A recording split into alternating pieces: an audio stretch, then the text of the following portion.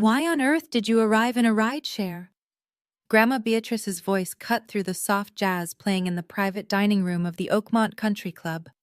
She set down her crystal wine glass and narrowed her sharp eyes at me. Where is the Porsche I bought you for your 35th birthday last week? The entire table went dead silent. Before I could even process the question, my mother Susan reached over, patted my hand with a sickeningly sweet smile, and answered for me. Oh, Beatrice, we gave it to her brother. He just needed it more than she did. I sat there completely frozen. I am Olivia, 35 years old and a senior corporate fraud investigator. I spend my days unearthing multi-million-dollar financial crimes, analyzing complex bank records, and putting white-collar criminals behind bars. Yet I was sitting there completely blindsided by the blatant theft happening right under my nose by my own family. If you are watching this, let me know where you are tuning in from in the comments below. Hit like and subscribe if you have ever had your boundaries trampled by toxic family members who expect you to just smile and take the abuse. You will want to hear exactly how I turned this dinner into the worst night of their lives. Grandma Beatrice was celebrating her 82nd birthday. She had spared no expense booking the most exclusive private room at the club. The mahogany walls, the heavy silver cutlery, the dim, elegant lighting, all of it was supposed to set the stage for a night of joyful celebration. Instead, the air was suddenly thick with suffocating tension. My heart hammered against my ribs. I looked at my mother, whose perfectly manicured hand was still resting on mine. Her grip, however, was like a vice digging her acrylic nails into my skin in a silent, violent warning to keep my mouth shut. My father, Richard, a vice president at a regional commercial bank, cleared his throat loudly. He adjusted his expensive silk tie and offered Grandma Beatrice a stiff, artificial smile that did not reach his eyes. Now, Mother, my father said, using his deep, authoritative banking voice, the exact tone he always used to intimidate bank tellers and family members into submission. Let us not make a fuss over a simple family arrangement. Olivia generously offered the vehicle to Bradley. You know, he and Jasmine are trying to get his new business off the ground. A luxury SUV presents the right image for high-net-worth investors. Olivia works from home half the time anyway. She does not need a $90,000 car sitting in the driveway collecting dust. Generously offered. The words echoed in my head, making my blood boil. I had not offered anything. I had been out of town on a high-stakes business trip in Chicago for the past 5 days. I had left the keys to the Porsche in the decorative bowl in my hallway, a habit I had formed living alone in a secure gated community.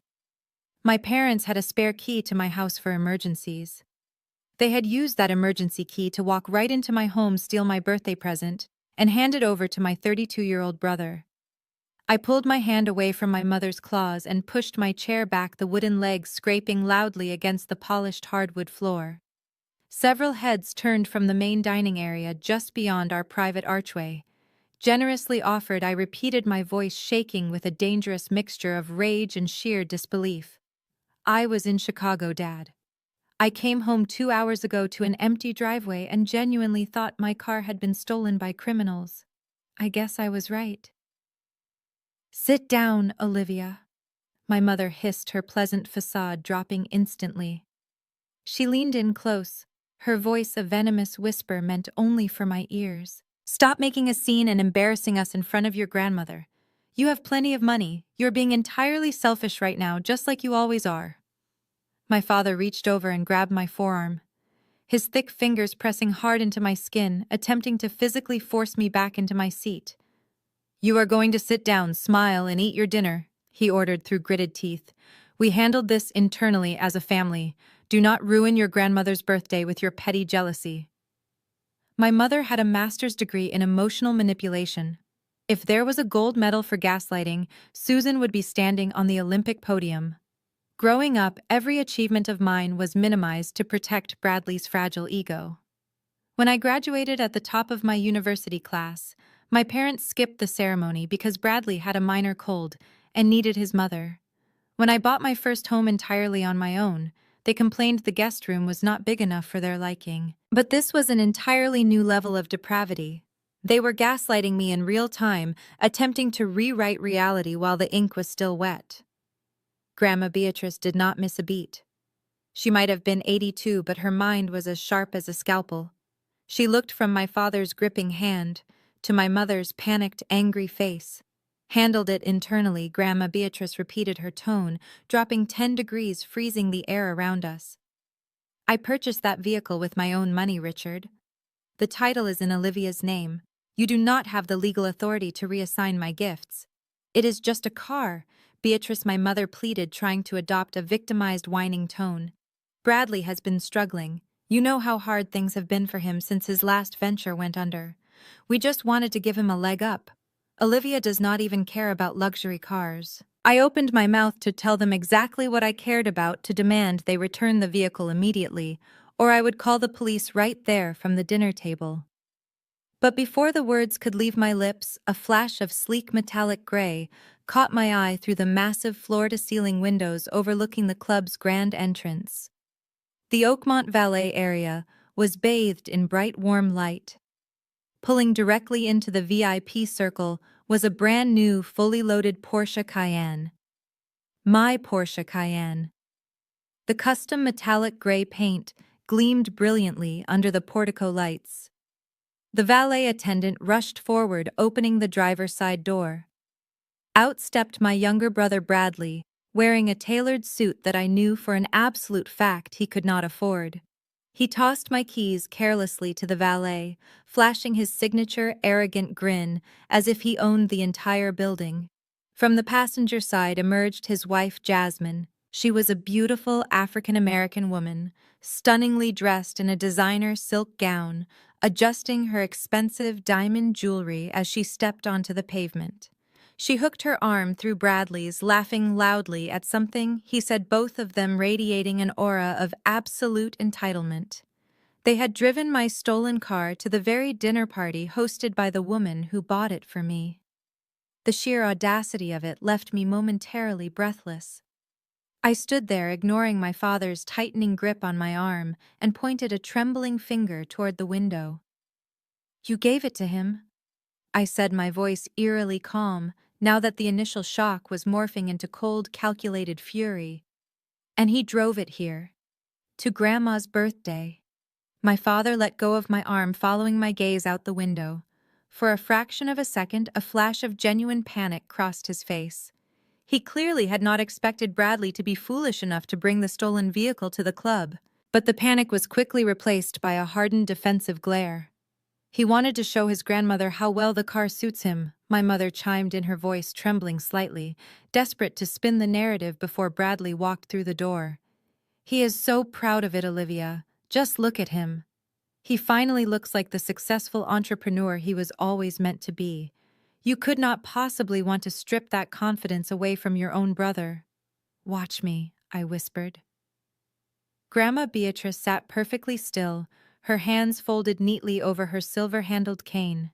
She did not yell, she did not gasp. She simply watched the two of them stroll through the heavy oak doors of the country club lobby. "Well," Grandma Beatrice said, her voice dripping with an icy anticipation that made the hairs on the back of my neck stand up, "this is going to be a very memorable birthday dinner." As the heavy mahogany doors of our private room swung open, the golden child had finally arrived, completely unaware that he had just driven a $90,000 nail into his own coffin. Bradley strode into the private dining room like he owned the country club. His posture oozed the kind of unearned confidence only a perpetually bailed-out son could possess. Jasmine trailed just behind him, her heels clicking sharply against the hardwood. She was already scrolling through her phone, completely oblivious or entirely indifferent to the suffocating tension in the room. Bradley did not even look at me first. He walked straight to the head of the table, where Grandma Beatrice sat, leaned over and kissed her cheek. "Happy birthday, Grandma," he said smoothly. "Sorry we are a little late." Traffic coming off the interstate was brutal, but the new ride handles like an absolute dream. He straightened up, finally turning his attention to me. He reached into his tailored jacket pocket, pulled out the sleek leather keychain holding the spare key to my Porsche, and tossed it casually onto the white tablecloth right next to my water glass. The heavy metal clattered loudly against the wood underneath. "Thanks again for this, Liv," he said, flashing that trademark grin that had gotten him out of every scraped knee and failed report card since the second grade. "But we need to talk about the insurance premiums." I called my broker on the drive over here, and insuring a $90,000 vehicle under my business name is astronomical right now. Since the title is still in your name for the time being, it makes way more sense for you to just keep paying the premium.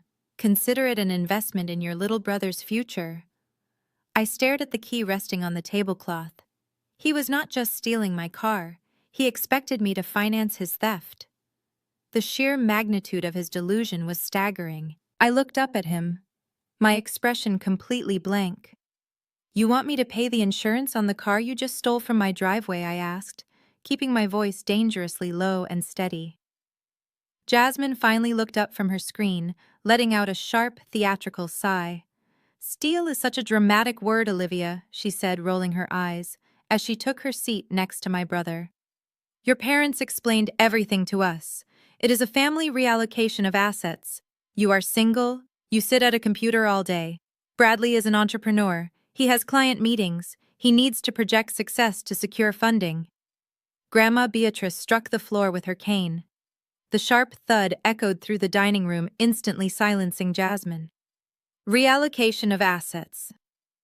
Grandma Beatrice repeated, the icy edge in her voice sharpening into a blade. "That is a fascinating term for grand theft auto. Bradley, you will hand those keys to your sister this instant. And then you will walk out to the valet, retrieve your own vehicle, and rethink your entire approach to this family." Bradley actually laughed. It was a short, breathy chuckle of genuine disbelief. He pulled out a chair next to my father and sat down completely unfazed by the matriarch's fury. He took a sip of water, looking completely relaxed. The fact that he felt entirely safe committing a felony simply because our parents sanctioned it told me everything I needed to know about his worldview.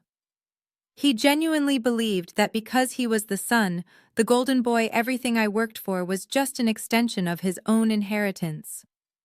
"Come on, Grandma," he said, waving a hand dismissively.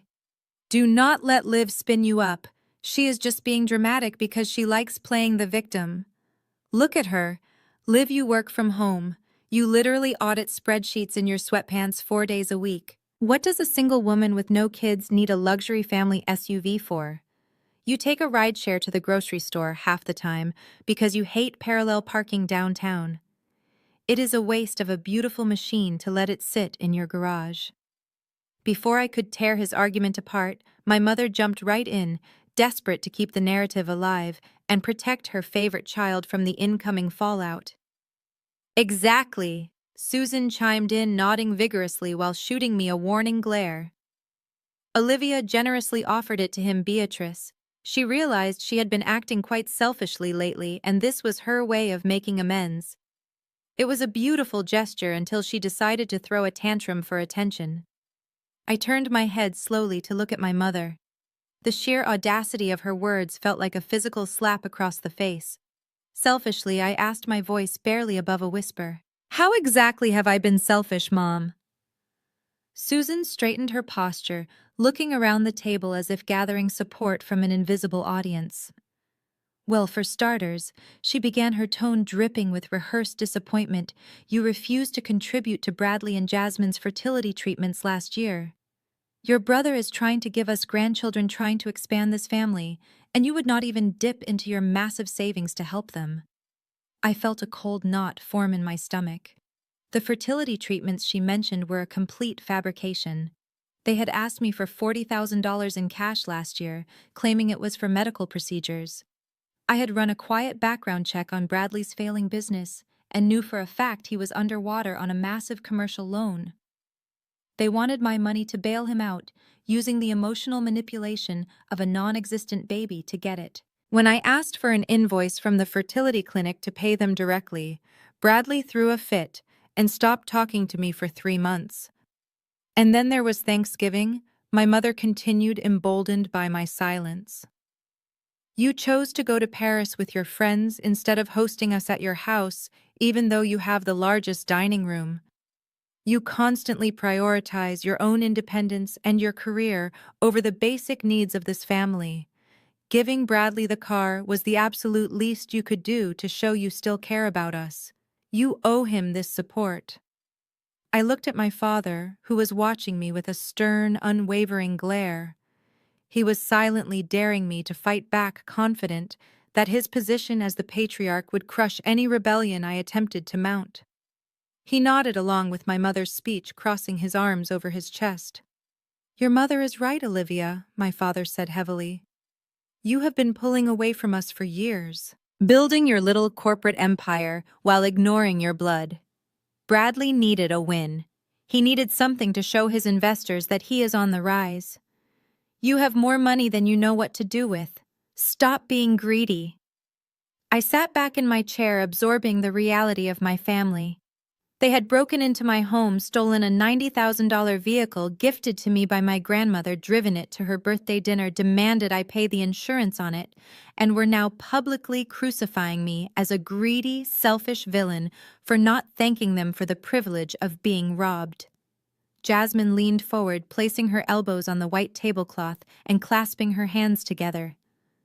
"And honestly, Olivia, it is incredibly toxic of you to try and ruin your grandmother's birthday dinner by backing out of your promise now.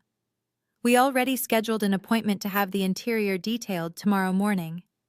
The standard beige leather is just a little too basic for the brand image we are going for. We are having it swapped for custom black leather with red stitching.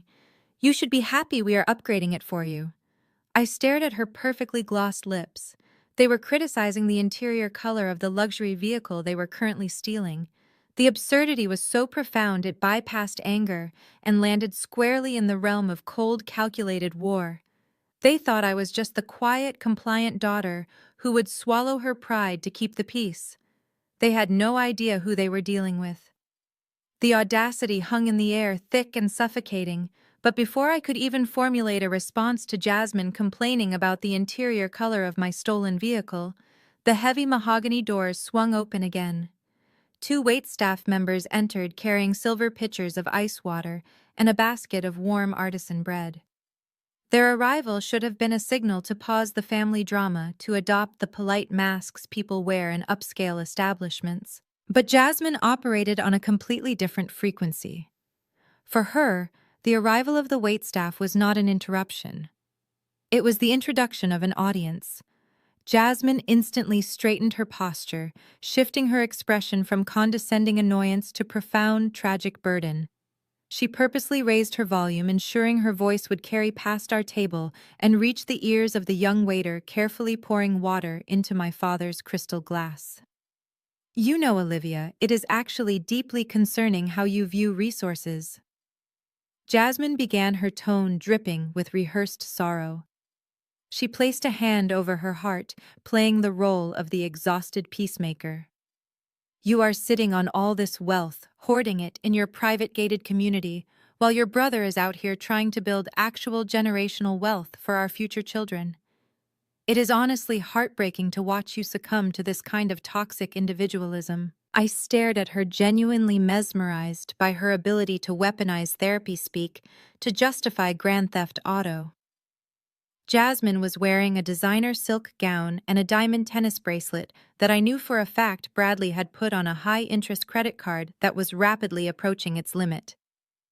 Yet she sat there in a private dining room of a country club, lecturing me about hoarding resources because I wanted to keep the birthday present my grandmother had legally purchased for me. "We are trying to build a legacy," Olivia Jasmine continued, gesturing dramatically toward Bradley, who was currently buttering a piece of sourdough bread with an infuriatingly smug expression. "Bradley is out there hustling every single day, trying to secure funding, trying to create a business that will provide for our family for decades. And what are you doing? You are just accumulating things you do not even use. You are a single woman living in a 3-bedroom house. You have a massive savings account. And now you want to hoard a luxury vehicle just so it can sit in your garage while you work from your kitchen island. It is borderline pathological how much you refuse to share." The young waiter froze mid-pour, his eyes darting nervously between Jasmine and me. He quickly finished filling the glass, bowed his head and practically sprinted out of the room, letting the heavy doors shut firmly behind him. The moment the latch clicked, the illusion of public decorum vanished completely. Jasmine reached down beside her chair and hoisted her pristine designer handbag onto her lap. She snapped it open and pulled out a sleek leather planner, tapping her manicured fingernails against its cover. Anyway, Jasmine sighed, dropping the victim act and returning to her standard demanding tone. Bradley only found one key fob in that little decorative bowl in your entryway.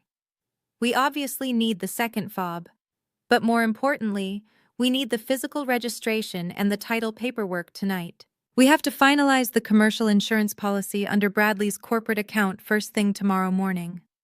So if you could just hand those over right now, we can stop talking about this and actually enjoy your grandmother's beautiful birthday dinner. I did not blink. I did not move my hands from my lap. You want the registration? I repeated, keeping my voice entirely devoid of emotion. Yes, Olivia. Try to keep up, Jasmine snapped, rolling her eyes as she flipped open her planner to check a schedule that I knew was completely empty. I have an appointment at 8 o'clock tomorrow morning at the premium detailing shop downtown. They cannot start ripping out those basic beige seats without proof of ownership. I told you we are putting in custom black leather with red piping. The shop owner was very clear that he needs to see the registration before he begins any structural modifications to a vehicle of that value. It is going to look so much more elevated once they finish. You should actually thank us for taking the initiative to improve the resale value of the asset. My mother leaned forward, placing her elbows on the table, nodding along as if Jasmine had just delivered a brilliant corporate presentation. Jasmine is being incredibly proactive. Olivia, my mother said, her voice softening into that patronizing maternal tone she used whenever she was trying to force me to surrender. They are taking excellent care of the vehicle. You know Bradley has always been meticulous about cars. Just reach into your purse and give them the documents. You can easily order a replacement copy for your own records if you really feel the need to keep one for sentimental reasons. Sentimental reasons. She was referring to the legal title of a $90,000 asset as a sentimental keepsake. The psychological distortion required to maintain their reality was truly staggering. My father, sensing that I was not immediately complying, decided it was time to apply his brand of heavy-handed pressure. Listen to your mother, Olivia. My father barked, his face flushing a deep shade of red. We are not going to sit here and negotiate over a piece of paper. Your brother has investor meetings lined up this week. He needs to project stability and success. Jasmine has taken the time to arrange the custom interior work to ensure the vehicle matches their corporate branding. Do not ruin this for them with your stubbornness. Jasmine offered my father a sweet, appreciative smile before turning her predatory gaze back to me. It is about equity, Olivia, she said, leaning across the table, her eyes locking onto mine. You have had everything handed to you. You got the good grades, the quiet life, the easy corporate job. You had all the advantages, and now you are punishing Bradley simply because he took a different, harder path as an entrepreneur. Handing over the registration tonight is the first step in your healing process. It is time to let go of this bitter jealousy you have toward your brother. The word equity echoed in my mind.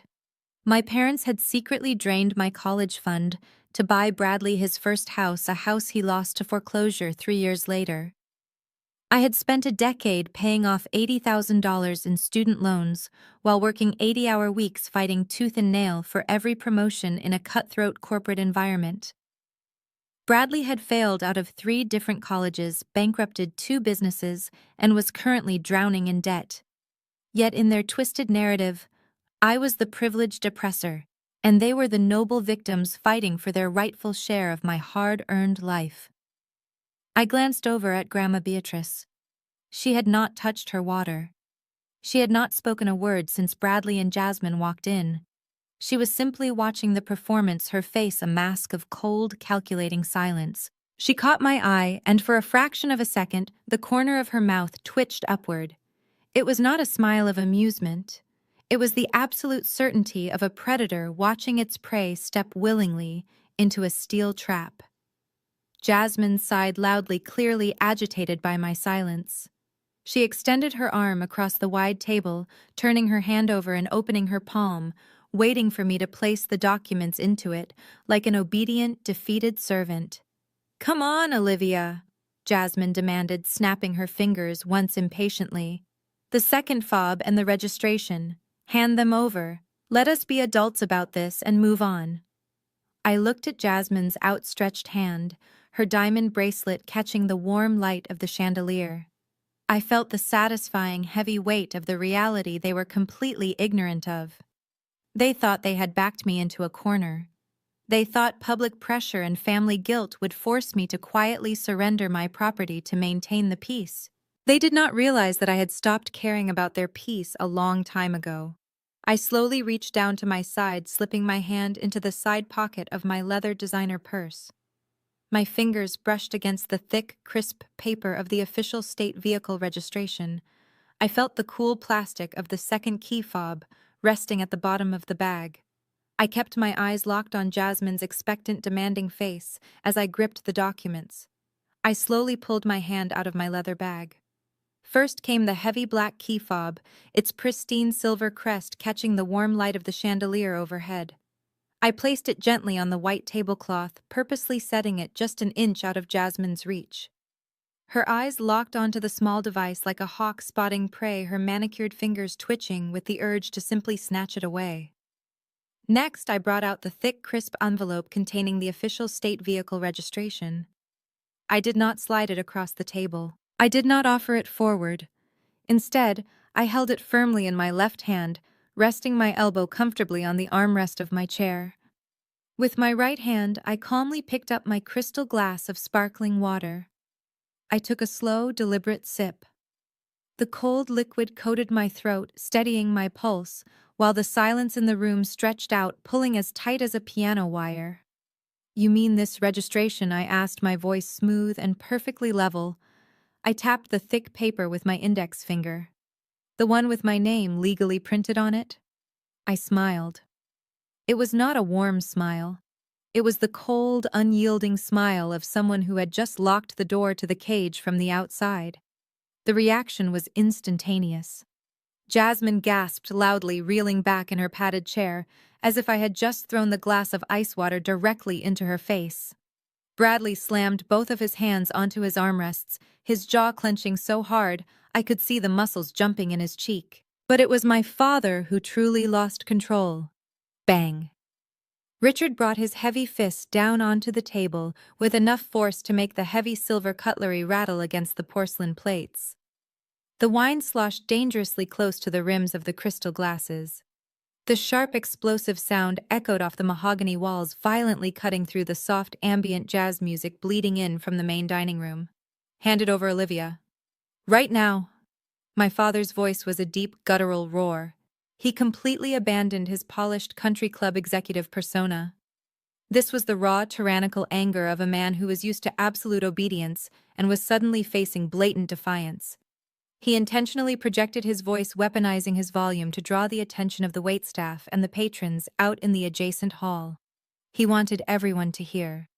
He wanted me to feel the crushing weight of public humiliation. He assumed that, like a good daughter, I would immediately fold and hand over the documents just to make the embarrassing spectacle stop. "You are acting like a petulant child," my father boomed, his face flushing a deep, angry red. "Give your sister-in-law the documents before I completely lose my patience." I did not flinch. I did not lower my eyes to the table. I simply placed my water glass back onto the coaster. "I am 35 years old, Dad," I said, matching his volume but remaining entirely devoid of his hysterical anger. "I am not a child you can bully into submission. You do not get to steal a $90,000 asset from my driveway and then yell at me for not providing the paperwork to make your crime more convenient." Jasmine pointed a shaking diamond-clad finger at me across the table. "Do you hear yourself? she shrieked, her carefully constructed mask of elegance completely shattering. "You are ruining everything. You are sitting there with a smug look on your face while you try to sabotage your own brother's future. We already booked the detailing shop. We already put down a non-refundable deposit for the custom leather. You are going to cost us money. Then you should call them right now and cancel," I replied flatly. "Because nobody is ripping the seats out of my car tomorrow. Or ever." My mother, desperate to seize control of the rapidly spiraling situation, suddenly lunged across the table. She reached for the registration still resting safely in my hand. Her fingers brushed the edge of the paper, but I quickly pulled my hand back, tucking the envelope safely into my lap, completely out of her reach. "What is wrong with you, Susan?" hissed, her face contorted with a mix of profound embarrassment and furious indignation. "We are your family. We raised you. We put a roof over your head. And this is how you repay us. By making a massive scene at your grandmother's 82nd birthday dinner over a piece of metal on wheels." "You are sick, Olivia. You really need professional help to deal with this pathological selfishness." "A piece of metal on wheels," I echoed, raising a single eyebrow. "If it is just a piece of metal, Mom, why did you have to use an emergency key to break into my house while I was out of town to take it? Why not just buy Bradley his own piece of metal?" "Oh, right. Because his credit is completely destroyed, and he cannot even secure a standard auto loan without Dad co-signing the paperwork." Bradley's face turned an ugly shade of crimson at the mention of his financial failures. "That is absolutely none of your business," he spat, leaning aggressively forward across his plate. "My finances are fine. My business is scaling perfectly. I just needed liquid capital, and the car helps me project the right image for my seed round investors. You are just a corporate drone. You do not understand how high-level networking operates." "I understand that stealing a motor vehicle is a felony, Bradley," I countered, keeping my eyes locked dead on his. "I understand that driving a stolen vehicle to a public country club is profoundly stupid. And I understand that unless you slide those keys across the table to me right now, I am going to call the police and let them explain how the law operates." The explicit mention of the police made the thick veins in my father's neck bulge against his silk collar. He stood up from his chair, his massive frame casting a dark shadow over my side of the table. I noticed the heavy mahogany doors crack open slightly. A restaurant manager in a crisp suit peeked in, clearly alerted by my father's booming voice. But after taking one look at my father's furious stance, the manager wisely decided to step back and let the heavy doors seal shut again. We were completely isolated in our private theater of dysfunction. I glanced over at Grandma Beatrice. She remained perfectly composed, watching the chaos unfold with the calculated interest of a scientist observing rats turning on each other in a maze. She took a slow, elegant sip of her red wine, her eyes darting between my furious father and my entirely unbothered posture. She did not intervene to save my parents, and she did not intervene to stop me. She was perfectly content to let them dig their own graves. Jasmine threw her hands up in the air in an exaggerated display of absolute exasperation. "Honestly, Richard, I do not know how you deal with her," Jasmine complained to my father, completely dismissing my presence as if I were a misbehaving dog.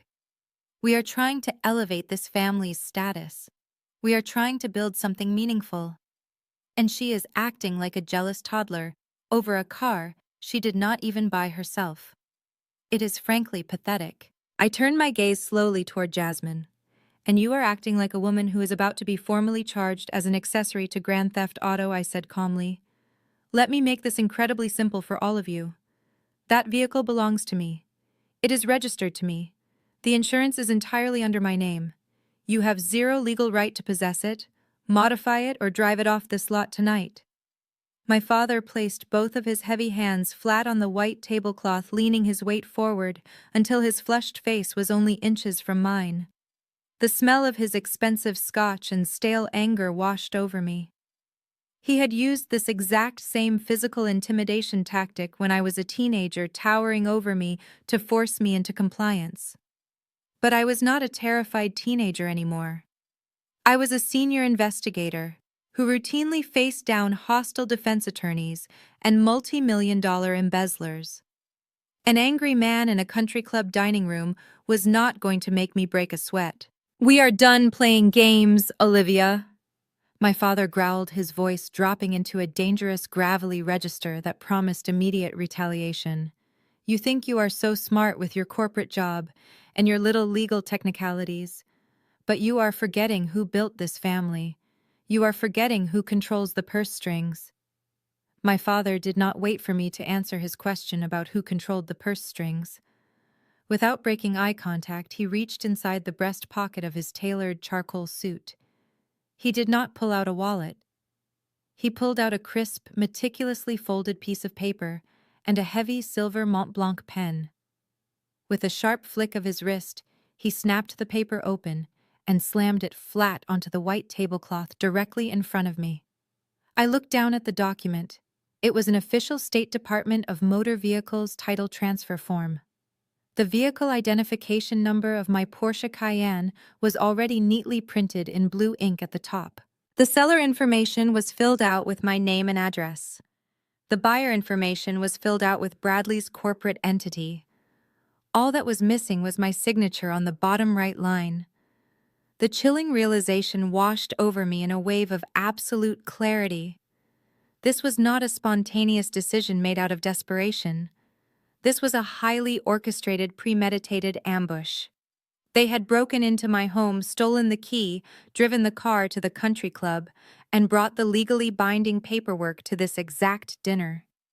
They had calculated that the combination of public pressure, the presence of extended family, and the elegant setting of the Oakmont Country Club would trap me.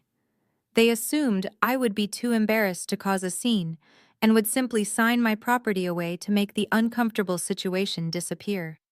"Sign it," my father ordered, his voice echoing with the booming authoritarian weight he used to crush junior loan officers at his bank. He unfastened the cap of the silver pen and dropped it heavily onto the paper. "Sign the transfer of ownership right now, Olivia." I looked from the pen to my father's flushed face. "And if I decline to participate in your extortion," I asked, keeping my voice perfectly steady. My father leaned in closer, dropping his voice into a menacing gravelly register that was designed to inspire pure terror. "If you do not sign that document right now, I am officially cutting you out of the family trust. I am the sole executor, Olivia. I have full discretionary power over the distribution of those assets. You will be entirely disinherited. You will get absolutely nothing when Grandma passes away, not a single cent." The threat hung heavily over the table. The family trust he was referring to was a multi-million-dollar estate established by my late grandfather. For my entire adult life, my parents had used that trust as a psychological weapon, dangling the promise of generational wealth to force compliance. Whenever Bradley needed to be bailed out of a financial disaster, they reminded me that I would eventually receive my fair share from the trust, so I had no right to complain about their blatant favoritism in the present. Jasmine leaned back in her chair, crossing her arms over her chest, with a look of supreme satisfaction. She looked at me as if I were a foolish peasant who had just lost a game of chess to a grandmaster. "You really should just sign the paper," Olivia Jasmine said, her tone laced with fake sympathy. "Are you really going to throw away your entire inheritance, millions of dollars in future assets, just because you want to be stubborn over a $90,000 car? That is terrible financial literacy. Bradley and I are just trying to maximize the family portfolio. Do not let your emotional immaturity ruin your financial future." Bradley nodded in agreement, picking up his water glass and taking a casual sip. "Dad is serious," Liv Bradley warned, trying to sound like the voice of reason. "He called the estate lawyer this morning. The paperwork to remove you as a beneficiary is already drafted. All he has to do is make one phone call tomorrow and you are entirely cut off. Just sign the title. Let me take the car and you get to keep your spot in the trust. It is a win for everybody. Do not blow up your life over a piece of metal." My mother reached across the table, tapping her manicured finger near the signature line on the DMV form. "Be reasonable, Olivia," she pleaded, her voice tightening with a mixture of anxiety and commanding pressure. Your father is not making an empty threat. You know how he gets when he is challenged. Do not force his hand. We want you to be part of this family, but we will not tolerate this level of disrespect. Pick up the pen and sign it. We can forget this ever happened and order the appetizers. I stared at the three of them. They had formed a perfect, impenetrable circle of manipulation. The father threatening financial ruin, the brother feigning rational compromise, the mother offering a false olive branch of peace in exchange for total submission. For 35 years, this exact dynamic had dictated the terms of my existence in this family. I was expected to constantly shrink myself to hand over my achievements, my money, and my boundaries to ensure the golden boy never had to face a single consequence for his failures. I looked at the silver pen resting on the table. As a senior corporate fraud investigator, I spent my life analyzing the motivations behind financial crimes. I knew the desperate lengths people would go to when they were hiding something massive. Looking at my father's red, sweating face and the aggressive way he was trying to force a signature under duress, I saw right through the bluster. This was not the confident posturing of a wealthy patriarch putting his disobedient daughter in her place. This was the frantic, sloppy behavior of a man who was terrified. He needed me to sign that title tonight because the alternative was catastrophic for him.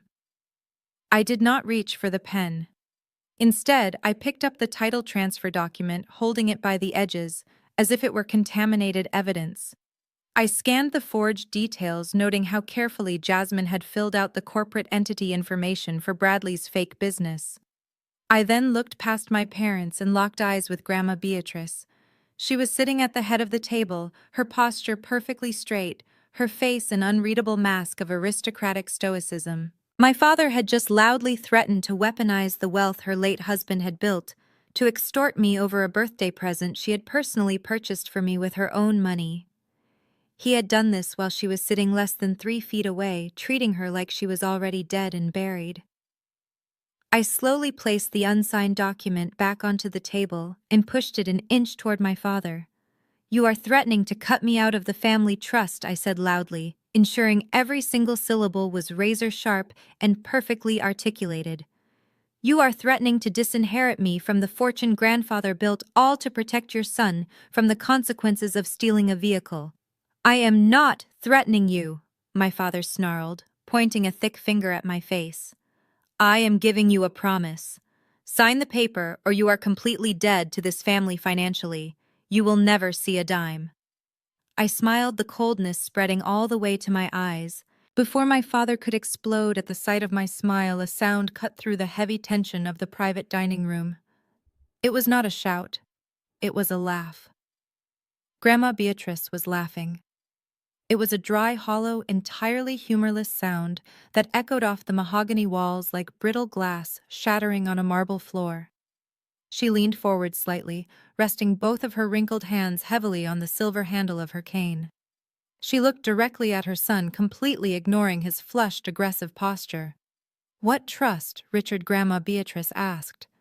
Her voice was quiet, but it commanded absolute authority. My father froze. The deep, tyrannical red drained from his face so fast he looked physically ill. His heavy hands, which had been planted so aggressively on the tablecloth just a second ago, suddenly twitched.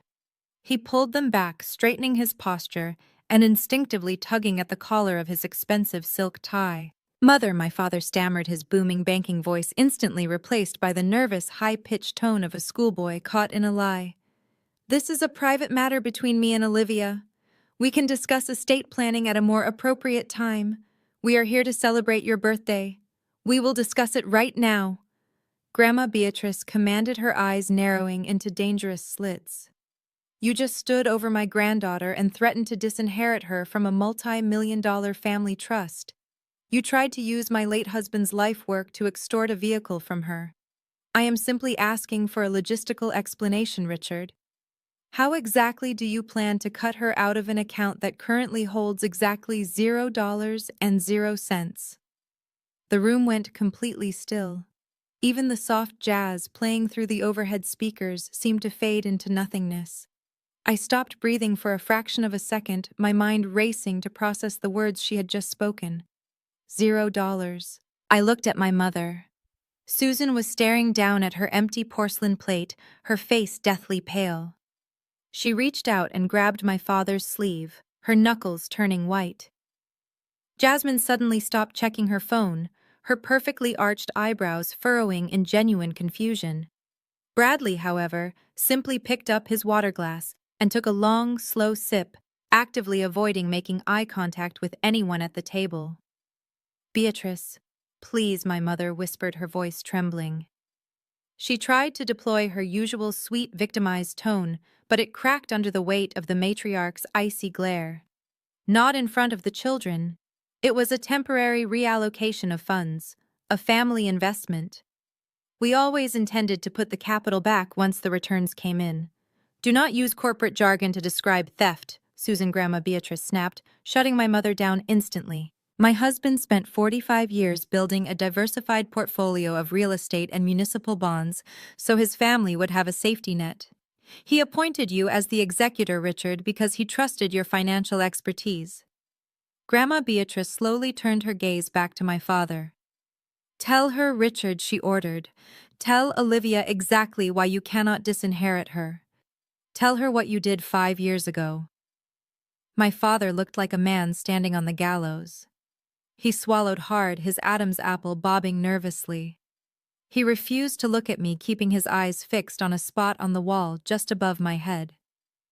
"5 years ago," my father began, his voice barely a mumble. "Bradley had an incredible opportunity. His tech startup was on the verge of a massive breakthrough. He was developing a proprietary logistics application. It was going to revolutionize the delivery market. But he hit a cash flow problem. The venture capital firms were demanding too much equity, and the traditional banks were not seeing the vision. He needed a runway," my mother interjected defensively, finally looking up. "He just needed bridge capital to keep the developers on payroll for another 6 months before the public launch. We could not just let his dream die, Olivia. He is your brother. We had to support him." "So you liquidated the trust," I said. The realization hit me like a physical blow to the chest, but I kept my voice perfectly level. I did not yell. The sheer magnitude of the betrayal required cold, clinical precision. "You bypassed your fiduciary duty as the executor. You secretly sold off grandfather's real estate holdings, cashed out the mutual funds, and poured millions of dollars of generational wealth into Bradley's failing app." "It was not failing," Bradley snapped, suddenly finding his courage, now that his business acumen was being insulted. "We had a solid user acquisition strategy. The market just shifted unexpectedly. The big tech firms updated their algorithms and boxed us out. It was bad timing, Liv. That is just how the startup world works. High risk, high reward. It was an angel investment." "An angel investment," I repeated, savoring the absolute absurdity of the phrase. "You burned through millions of dollars in less than a year. The app never even launched. You declared bankruptcy 8 months later and moved back into Mom and Dad's guest house." I looked back at my father, who was still refusing to meet my eyes. "You sat there for 5 years. I said, my words dropping like heavy stones onto the table. "Every time I accomplished something, every time I got a promotion, every time I bought a piece of property, you reminded me that I was being greedy. You demanded I pay for family vacations. You demanded I hand over my college fund for Bradley's starter home. You demanded I surrender my car tonight. And whenever I pushed back, you threatened to cut me out of a trust fund that you had already secretly incinerated. You do not understand the pressure I was under," my father hissed, finally looking at me, his eyes wide with a desperate, pathetic kind of anger. "He is my son. He carries the family name. I had to give him a chance to build an empire. I was going to replenish the accounts. I had a 10-year market strategy to build the capital back up through my own bonuses. I just needed time." "You did not need time," Richard. Grandma Beatrice interrupted, her voice dropping to a dangerous whisper. "You needed a spine. You enabled a spoiled child to destroy his own life, and you funded his delusions with my money." Grandma Beatrice reached into her designer handbag and pulled out a thick stack of folded documents. She tossed them onto the center of the table. They landed with a heavy thud right next to the forged DMV title transfer. "I have known for 6 months," Richard. Grandma Beatrice stated plainly. I noticed irregularities in the quarterly tax filings. I hired an independent forensic accounting firm to audit the estate. They found the shell companies you used to funnel the money out of the trust and into Bradley's corporate accounts. They found the forged signatures you used to bypass the secondary authorization protocols. My father slumped back into his chair as if all the bones in his body had suddenly evaporated. His face was a mask of sheer terror. He knew exactly what a forensic audit meant. He knew the paper trail was completely undeniable. "You were threatening Olivia with an empty gun." Grandma Beatrice continued, turning her sharp eyes toward me with a look of profound respect. "But more importantly, Richard, you severely underestimated your daughter. You assumed she would cower and cry like she did when she was a teenager. You forgot that she grew up. You forgot what she does for a living." The power dynamic in the room had completely shattered. The towering authoritative patriarch had been reduced to a trembling fraud. The sweet, victimized mother was exposed as a complicit enabler. The golden child was revealed to be a financial parasite who had single-handedly destroyed his family's legacy. I looked down at the forged title transfer document still sitting near my water glass. The threat of disinheritance was gone. The illusion of family loyalty was dead. They had nothing left to hold over me. They had played their final card, and it was a complete bluff. I picked up my water glass and took another sip.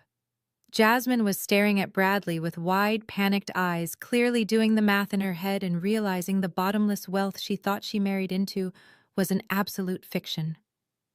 My mother was silently crying, the tears ruining her expensive makeup. "Now then," I said calmly, setting the glass down and breaking the suffocating silence. "Since we have established that Dad is entirely broke and the family trust is a work of fiction, let us get back to the matter at hand. The keys to my Porsche." My mother's head snapped up. The silent, pathetic tears she had been shedding just moments before vanished instantly, replaced by a look of pure, unadulterated venom. The sheer speed of her emotional shift was terrifying to witness. She realized that playing the weeping victim was no longer going to work with Grandma Beatrice in the room, holding the forensic audit, so she immediately reverted to her most natural state, vicious attack mode. "You are a heartless monster, Olivia," my mother hissed, her voice shaking with rage as she pointed a manicured finger across the table at me. "You sit there looking so smug, looking so superior to the rest of us. But this is exactly why this family is falling apart. It is your fault. If you had just supported your brother's dreams from the beginning, we would not have been forced to take such drastic measures. We would not have had to touch the family trust if you had just been a team player." I actually let out a short, incredulous laugh. "A team player?" I asked, leaning slightly forward. "You committed massive financial fraud, drained millions of dollars from an account you did not own, and you are honestly sitting there trying to blame me for not being a team player." "Yes," Susan shrieked, slamming her hand flat onto the table. "You have always hoarded your success. You watched Bradley struggle to find his footing, and you did absolutely nothing to lift him up.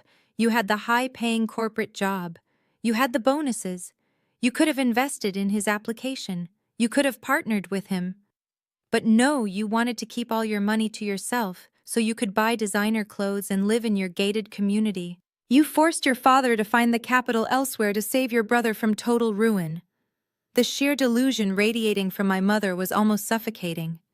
She had twisted reality so severely that in her mind, my refusal to hand over my salary to her adult son was the direct cause of my father committing federal bank fraud. "Supported his dreams," I repeated slowly, letting the words hang in the air. "Let us talk about exactly how much of my life has already been sacrificed on the altar of Bradley's dreams. Let us talk about the year I turned 18. Do you remember that year, Mom? Because I remember it vividly." My mother's face tightened. She opened her mouth to interrupt, but I raised my voice, cutting her off with the sharp, commanding tone I used in corporate interrogations. "I remember sitting at the kitchen table holding an acceptance letter to my dream university." I continued, staring directly into my mother's eyes. And I remember you and Dad sitting me down with tragic looks on your faces. You told me the economy had taken a massive downturn. You told me the investments in my college fund had been entirely wiped out by a bad market crash.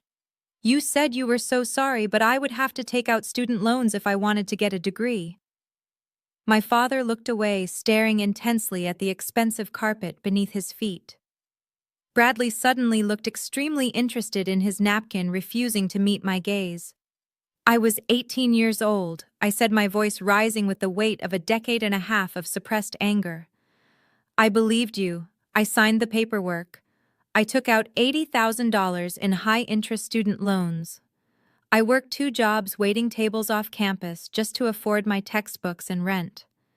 I spent the entire first decade of my professional career eating ramen noodles and putting every extra penny I earned toward paying off that massive, suffocating debt. I paused, letting the silence stretch for a moment before delivering the final blow. And it was not until 5 years ago, when I first became a certified fraud investigator, that I finally had the skills and the clearance to quietly pull the historical property records for our county. My mother's face went entirely slack. The color completely drained from her cheeks. I looked at Bradley, who was now sweating profusely in his tailored suit. I found out that my college fund was not wiped out by the economy. I stated clearly, my words landing like hammer blows in the quiet dining room. The stock market did not crash that year. You and Dad liquidated the entire $80,000 account, and you used it as a cash down payment on a 4-bedroom suburban house for Bradley. He was 21 years old. He had just dropped out of his second community college, and you bought him a house with my education money. Jasmine let out a sharp gasp. She turned her head so fast her braids whipped across her shoulder. She stared at Bradley, her eyes wide with shock. "A house?" Jasmine demanded, her voice shrill and panicked. "What house? You never told me you owned a 4-bedroom house before we met. Where is it, Bradley? Where is the property?" I did not let Bradley answer. I answered for him. "He does not have the property." "Jasmine," I said, offering her a cold, pitying smile, because exactly 18 months after my parents stole my future to buy him that house, the bank foreclosed on it. Why did they foreclose?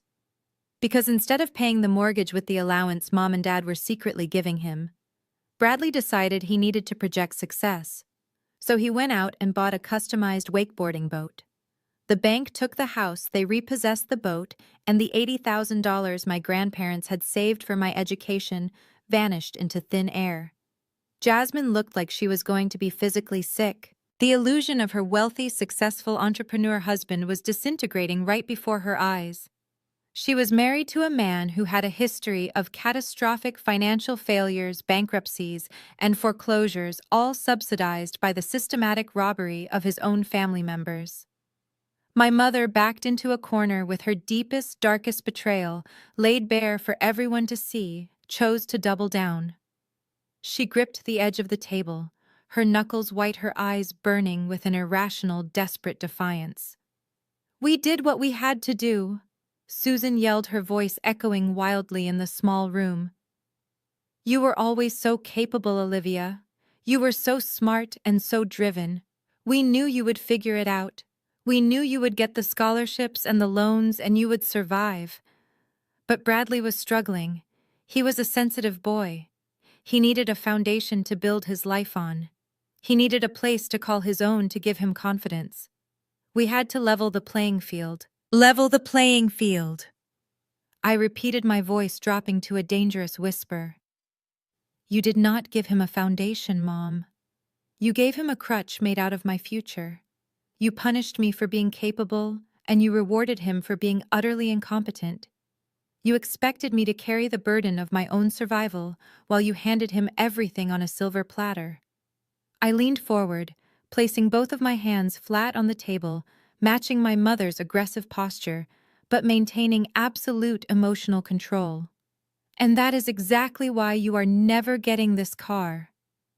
I said, my words slow and deliberate. "You are never getting another dime from me, and you are never going to use me as a human shield to protect Bradley from the consequences of his own actions ever again. My father, who had been completely silenced by Grandma Beatrice's revelation, finally found a shred of his old arrogance. He stood up slowly, his massive frame attempting to reclaim the physical dominance he had lost. "You listen to me, you ungrateful little brat," my father growled, pointing his heavy silver pen at me like a weapon. "I am still your father. I am still a vice president at the largest commercial bank in this city. You can bring up ancient history all you want, but you are not leaving this room with those keys. You have until the appetizer plates are cleared to sign this title transfer. If you do not, I will personally call my golfing partner. He happens to be the chief executive officer of your investigative firm. I will tell him you are financially abusing your elderly grandmother and causing a public scene. I will have you fired and blacklisted from the corporate sector before you even wake up tomorrow morning." I looked up at my father towering over me. He thought he had just played an unbeatable hand. He thought his professional connections would force me to surrender. I looked down at my watch, checking the time. "You do not need to wait until the appetizers are cleared, Dad," I said calmly, leaning back in my chair and crossing my arms. "You might want to look out the window, because the police are already outside." My father let out a harsh, booming laugh that lacked any genuine amusement. He thought I was bluffing. He genuinely believed that my warning about the police was just a desperate, empty threat from a daughter who was finally realizing she had lost the game. He pointed his heavy silver pen at me like a weapon. "You think you can bluff me, Olivia," he sneered, his chest puffing out with manufactured bravado. "You think you can sit there and conjure up imaginary police officers to scare your own father into backing down." He reached into his tailored suit jacket and pulled out his smartphone. He unlocked the screen with aggressive, forceful taps. "I am dialing William right now," my father declared, referring to the senior managing partner of my investigative firm. "We play 18 holes of golf every single Sunday at this very club. He respects me. He knows my character. When I tell him that his star corporate investigator is currently having a massive psychological breakdown in a public dining room, your career will be over." He held the phone up, ensuring I could see William's name illuminated on the bright screen. He pressed the call button and activated the speakerphone. The rhythmic ringing echoed sharply through the quiet room. "I will tell him you are financially abusing your elderly grandmother," my father continued, his voice dropping into a vicious, calculating rhythm. "I will tell him you are trying to extort your own family, that you are screaming and causing a public scene, and that you are mentally unfit to handle sensitive corporate accounts. You know how cautious the partners are about public relations. They will suspend you pending an internal review by tomorrow morning. You will be blacklisted across the entire financial sector. You will lose your investigative license, your stellar reputation, and your massive salary before the salads even arrive at this table." My mother leaned forward, her eyes wide with a sickening mix of fear and desperate hope. "Just sign the title transfer, Olivia," she pleaded, her voice trembling as she tapped the forged document. "Do not make your father destroy your career. You have worked so hard for your promotions. Do not throw your entire life away just to spite your brother. Sign the paper right now and he will hang up the phone. We can just move past this." Bradley scoffed, leaning back in his chair and crossing his arms behind his head. "You always overplay your hand, Liv," he said with a smug, victorious grin. "You think you are the smartest person in the room just because you audit spreadsheets for a living? But Dad has actual power. He has real connections in this city. You are completely outmatched. Just give up and hand over the keys." Jasmine rolled her eyes, adjusting her diamond tennis bracelet with a deep sigh. "Honestly, Olivia, you brought this entirely on yourself. You are being so incredibly dramatic. There are no police outside. Nobody is coming to save your car. You are just trying to stall because you know you have lost." I did not break eye contact with my father. The phone continued to ring on speaker, the sound filling the tense space between us. "Call him," I challenged, my voice deadly calm. "I dare you to speak to William. In fact, please make sure you tell him exactly why we are having this argument. Tell the senior partner of a fraud investigation firm that you are actively trying to extort me to cover up the fact that you committed federal bank fraud. Tell him you embezzled millions of dollars from grandfather's trust fund to finance Bradley's bankrupt application company. I am absolutely certain William will find that information fascinating. My father's jaw tightened. The phone rang for a fourth time. He opened his mouth to shout another threat, ready to double down on his intimidation tactics, but the words never came out. Because in that exact second, a sudden blinding flash of brilliant red and blue light swept across the sheer curtains of the massive floor-to-ceiling windows. The strobing colors pierced through the fabric painting the mahogany walls and the white tablecloth in a chaotic, rhythmic pulse of emergency lights. The blood instantly drained from my father's face, leaving him a sickly shade of gray. The smartphone slipped from his trembling grip, dropping like a stone and clattering loudly against his porcelain breadplate. The speakerphone crackled to life. "Hello," Richard Williams' voice asked from the device, sounding confused. "Are you there?" My father did not answer. He was completely paralyzed, his eyes locked wide on the window. He reached over with the shaking hand and abruptly ended the call, cutting William off mid-sentence. I slowly turned my head and looked out through the glass. The Oakmont Country Club valet circle was no longer a scene of quiet luxury. Two heavy police cruisers were parked at jagged, aggressive angles directly behind my metallic gray Porsche Cayenne, effectively boxing the stolen vehicle in so it could not move an inch. 4 uniformed police officers were already stepping out of their cruisers, their hands resting cautiously on their heavy utility belts as they spoke to the terrified valet attendant. The silence in our private dining room was deafening. The arrogant smirks vanished from Bradley and Jasmine's faces as if they had been physically wiped away. My mother let out a small, strangled gasp and covered her mouth with both hands. Bradley suddenly jumped up his chair, tipping violently backward and crashing onto the hardwood floor. "What did you do?" he screamed, his voice cracking with pure, unadulterated panic. He pointed a shaking finger at me, backing away from the table. "What did you do, Olivia?" "I did exactly what I said I was going to do," I replied, my tone completely conversational, as if we were discussing the weather. "I came home from a business trip in Chicago to find my $90,000 vehicle missing from my driveway. I called the police and reported it stolen. The dealership activated the internal GPS tracking module at my request, and I provided the police dispatcher with live updates on the vehicle's exact location. Did you honestly think you could joyride in a stolen luxury car park it at a public country club and just get away with it because Mom said it was okay?"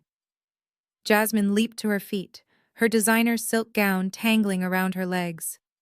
"You called the cops on your own brother," she shrieked, her voice echoing wildly off the mahogany walls. "You are completely insane. We are family. You do not involve the authorities in a family dispute. It stopped being a family dispute the second he broke into my house and committed a felony," I corrected her smoothly, leaning back in my chair. "And it stopped being a family dispute the second your father decided to use my inheritance and my career as leverage to cover up your crimes." Grandma Beatrice remained seated at the head of the table. She had not flinched when the police lights illuminated the room. She simply reached out, picked up her crystal wine glass, and took a slow, appreciative sip. She watched my parents unravel with the calm satisfaction of a judge watching a guilty verdict being read aloud. My father was breathing heavily, his chest heaving under his expensive suit. He looked down at the Forge Department of Motor Vehicles title transfer still sitting on the table. He suddenly realized the massive legal jeopardy he had just placed himself in. If the police walked into the room and found a forged transfer document alongside a stolen vehicle, the situation would escalate from simple auto theft to a coordinated criminal conspiracy. He lunged forward, his heavy hands frantically clawing at the table to grab the document. He intended to tear it to pieces to destroy the evidence of his extortion attempt before the officers could walk through the heavy doors. But Grandma Beatrice was faster. She brought her silver-handled cane down with a sharp, vicious crack directly across my father's knuckles. My father yelped in pain, jerking his hand back and cradling it against his chest. "Do not touch that paper," Grandma Beatrice commanded, her voice ringing with absolute authority. "That document is physical evidence of your attempt to defraud my granddaughter. It stays exactly where it is." My mother burst into loud, hysterical tears. She slid out of her chair and literally dropped to her knees right beside me. She grabbed the fabric of my dress, burying her face into my side. "Please, Olivia, please." My mother sobbed, her entire body shaking as the police lights continued to flash through the room. "You have to tell them it is a misunderstanding. You have to tell them you lent him the car. If Bradley gets arrested, it will ruin his life. His investors will drop him. He will go to prison. You cannot do this to your own blood." I looked down at the woman who had spent 35 years actively tearing me down to build my brother up. I felt absolutely nothing for her. No pity, no guilt, no sadness. Just a cold, heavy finality. I gently but firmly peeled her desperate fingers off my clothing and stepped back. "He ruined his own life, Mom," I said quietly, "and you helped him do it." The heavy mahogany doors to the private dining room suddenly swung wide open. The Oakmont restaurant manager stepped inside, his face pale and sweating. Behind him stood two uniformed police officers, their eyes scanning the room until they landed on our table. The two uniformed officers stepped past the trembling restaurant manager and walked directly toward our table. Their heavy black boots thudded against the polished hardwood floor. The heavy utility belts around their waists creaked with every step, an unmistakable sound of authority that instantly sucked whatever remaining oxygen there was out of the room. The soft jazz music playing overhead seemed to mock the absolute terror paralyzing my family. Bradley was holding a half-empty crystal wine glass. As the first officer locked eyes with him, Bradley's hand began to shake violently. His fingers simply gave out. The glass slipped from his grip and plummeted toward the floor. It hit the edge of the mahogany table on its way down, shattering into dozens of sharp, glittering pieces. Dark red wine splashed across the pristine white tablecloth and splattered onto his expensive leather shoes like fresh blood. Nobody moved to clean it up. Nobody even breathed. "Excuse me," the lead officer said, his voice deep and commanding, carrying no hint of the polite deference my family was used to receiving in this country club. "We received a report from the registered owner of a metallic gray Porsche Cayenne parked outside. Dispatch indicated the owner is actively tracking the vehicle and is currently at this location." I stood up slowly, smoothing the front of my dress. I kept my hands entirely visible and my posture relaxed. "That would be me, officer," I said, clearly ensuring my voice projected across the room. "My name is Olivia. I am the registered owner of the vehicle. I called 911 20 minutes ago." The second officer pulled out a small notepad. "Thank you, ma'am. Can you confirm who was driving the vehicle when it arrived at this establishment?" I did not even have to point. Every single eye at the table, including Grandma Beatrice's, naturally shifted toward Bradley. Bradley was staring at the shattered glass around his feet, his chest rising and falling in rapid, shallow breaths. He looked like he was about to pass out. The lead officer took a step closer to Bradley, resting his hand casually near his radio. "Sir, did you drive the Porsche parked in the valet circle?" Bradley opened his mouth, but only a pathetic, high-pitched squeak came out. He swallowed hard, his eyes darting frantically toward my father, begging for the patriarch to step in and use his magical banking connections to make the police go away. But my father was completely frozen, his face still a sickly shade of gray, terrified that the forged title transfer on the table would be discovered. "It was not him," Jasmine suddenly screamed, her voice shattering the tense silence like a siren. Everyone turned to look at my sister-in-law. Jasmine had leaped out of her chair, her designer silk gown swishing violently around her legs. She was backing away from Bradley as if he were suddenly highly contagious. Her carefully constructed mask of elegance and superiority had completely evaporated, replaced by raw, unadulterated self-preservation. "He told me it was a gift," Jasmine yelled, pointing an accusing finger directly at her husband's face.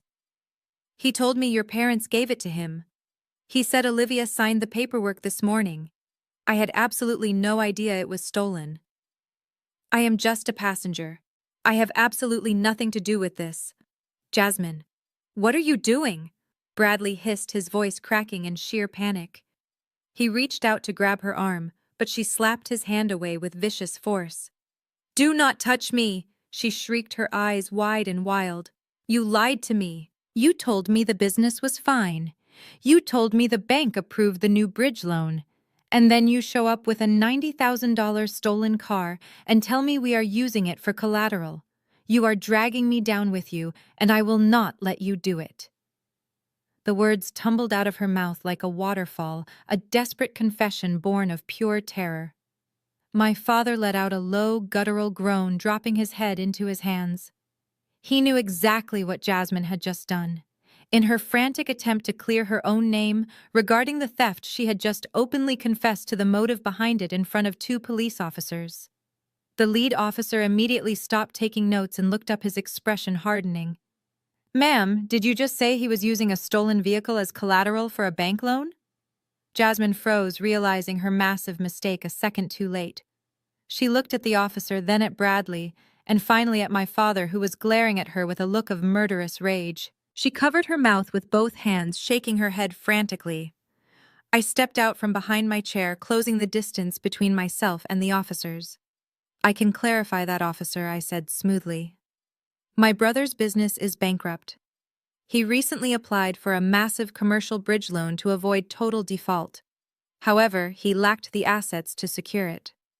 So my parents broke into my home, stole my vehicle, and handed it over to him so he could pledge it as collateral to a regional bank." Bradley's face went from pale to a deep flushed crimson. "Shut up, Olivia," he screamed, his golden boy facade entirely destroyed. He looked at the officers, holding his hands up in a desperate, pleading gesture. "She is lying. She is a jealous, bitter liar. My father is a vice president at that bank. He approved the loan himself. He knows everything is completely legal. Tell them, Dad. Tell them you handled the paperwork." It was like watching a man actively tying his own noose and begging his family to kick away the stool.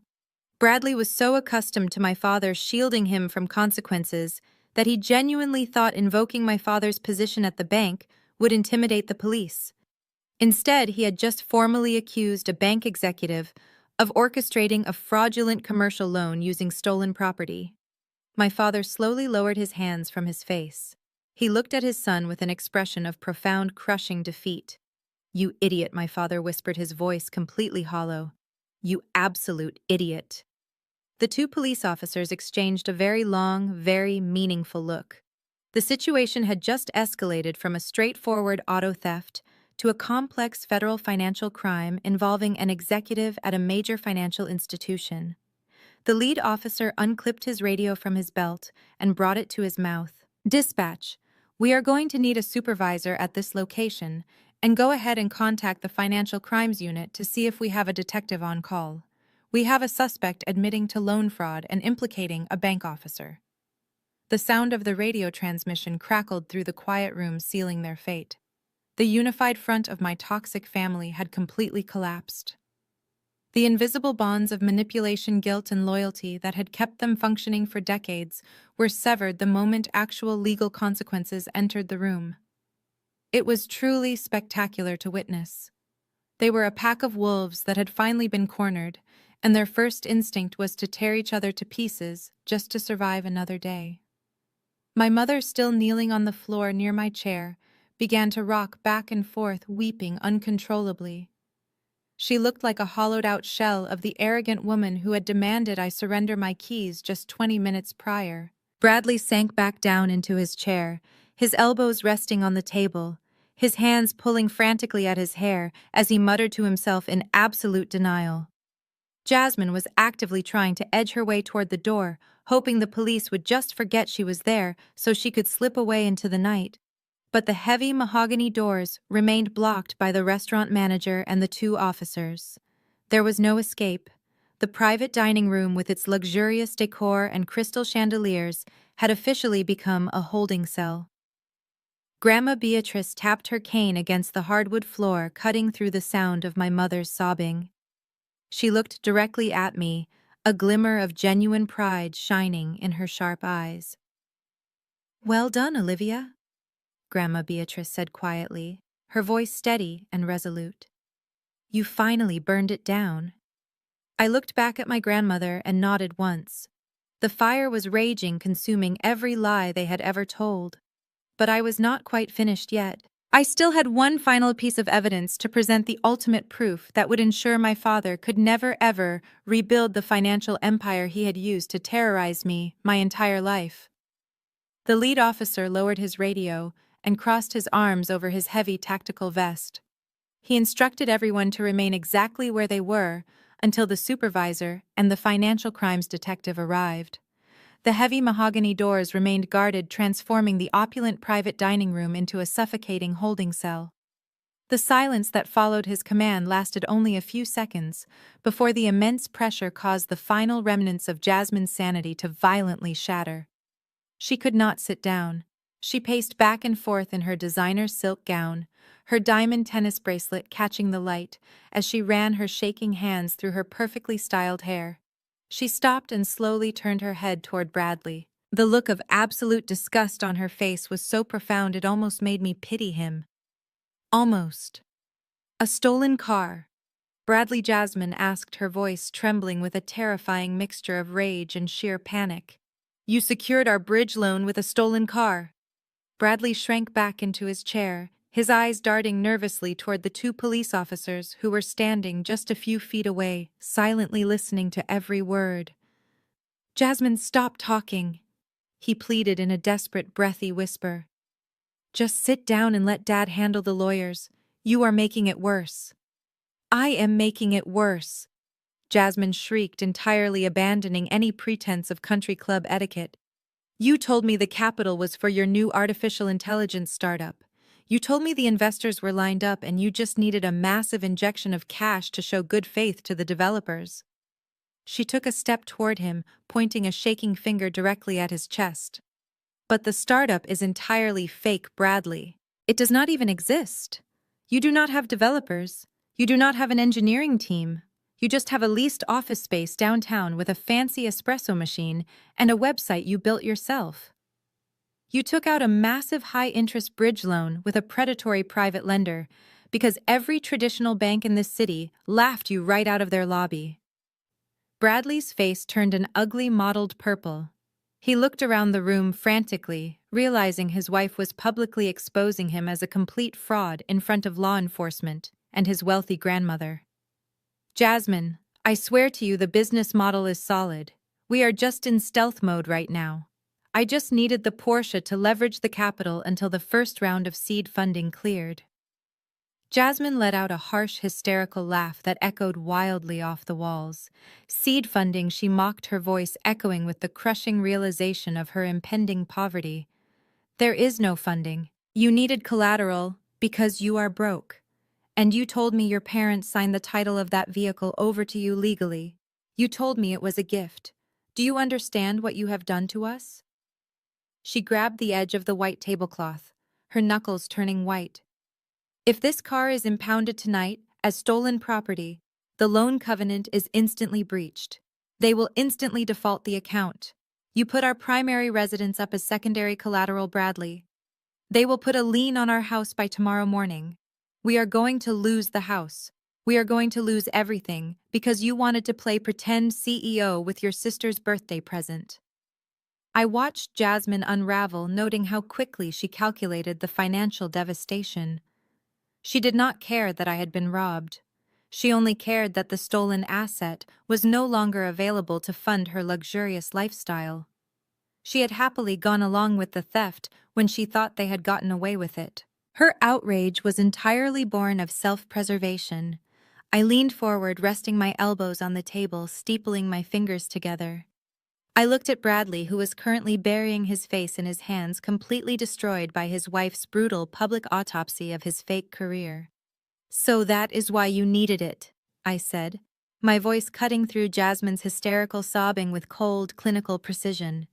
Bradley slowly raised his head, looking at me with bloodshot, terrified eyes. I kept my gaze locked on him, watching the last shreds of his golden boy arrogance bleed out.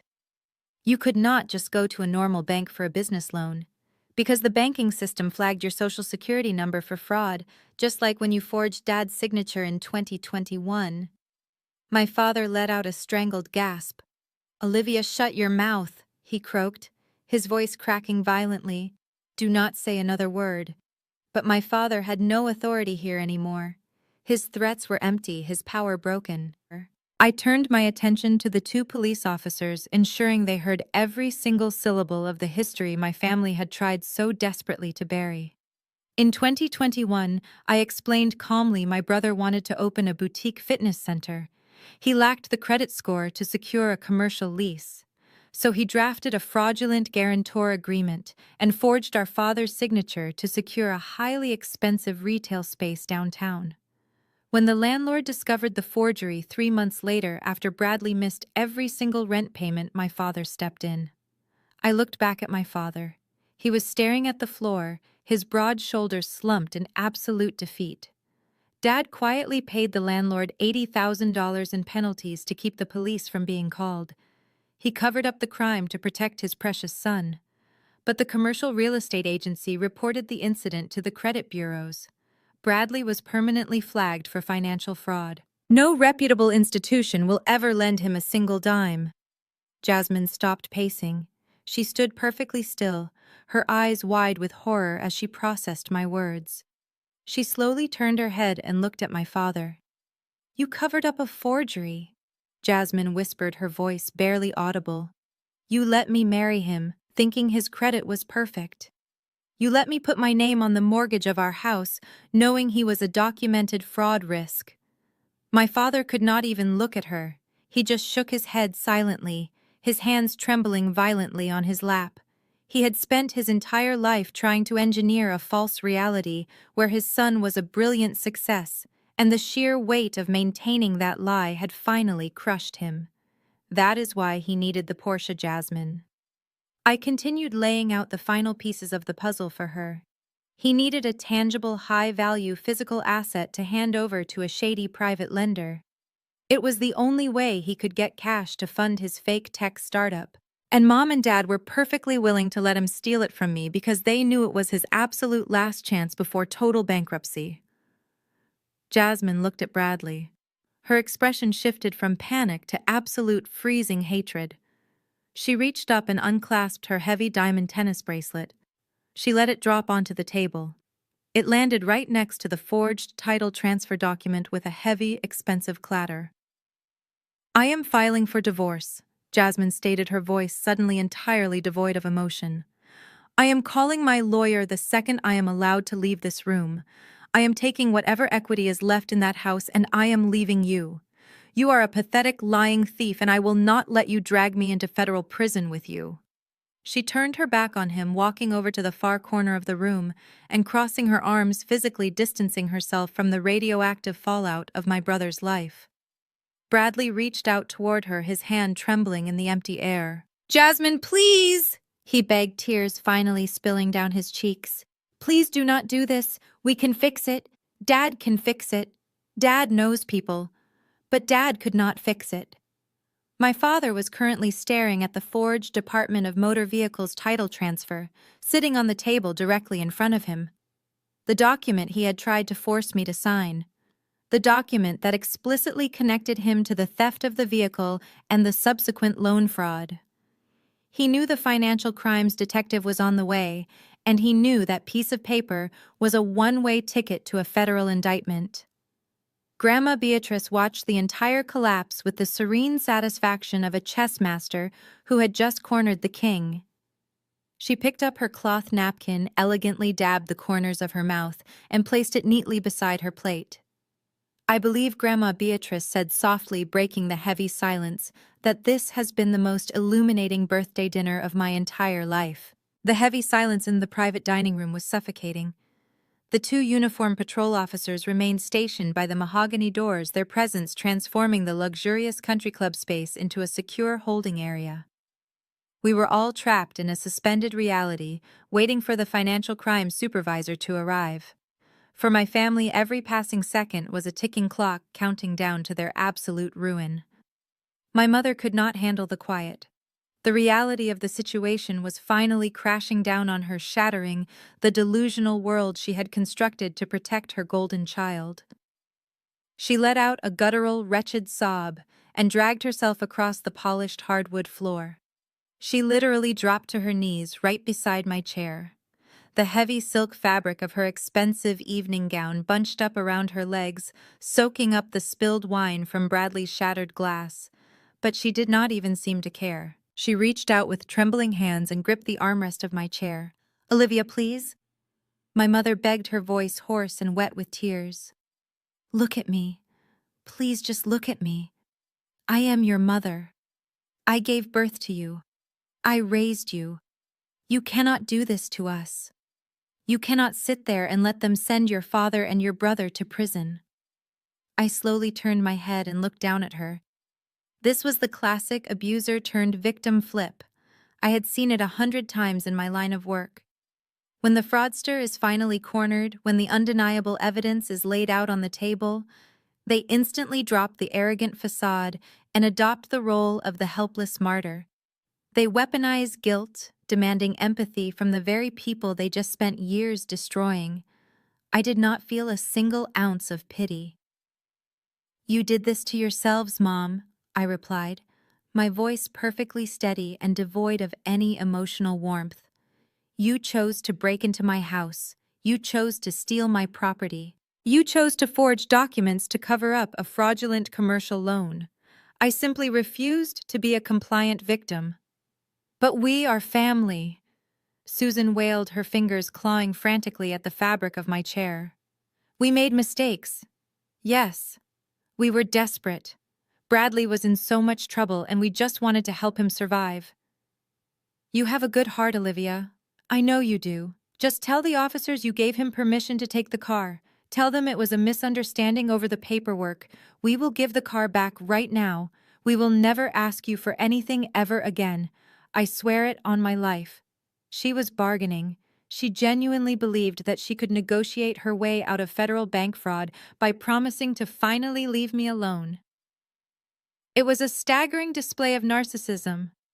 She thought the law functioned like our family dynamic, where apologies were meaningless and consequences could be erased if she just cried hard enough. "You do not have the power to negotiate anymore," I told her, keeping my posture rigid.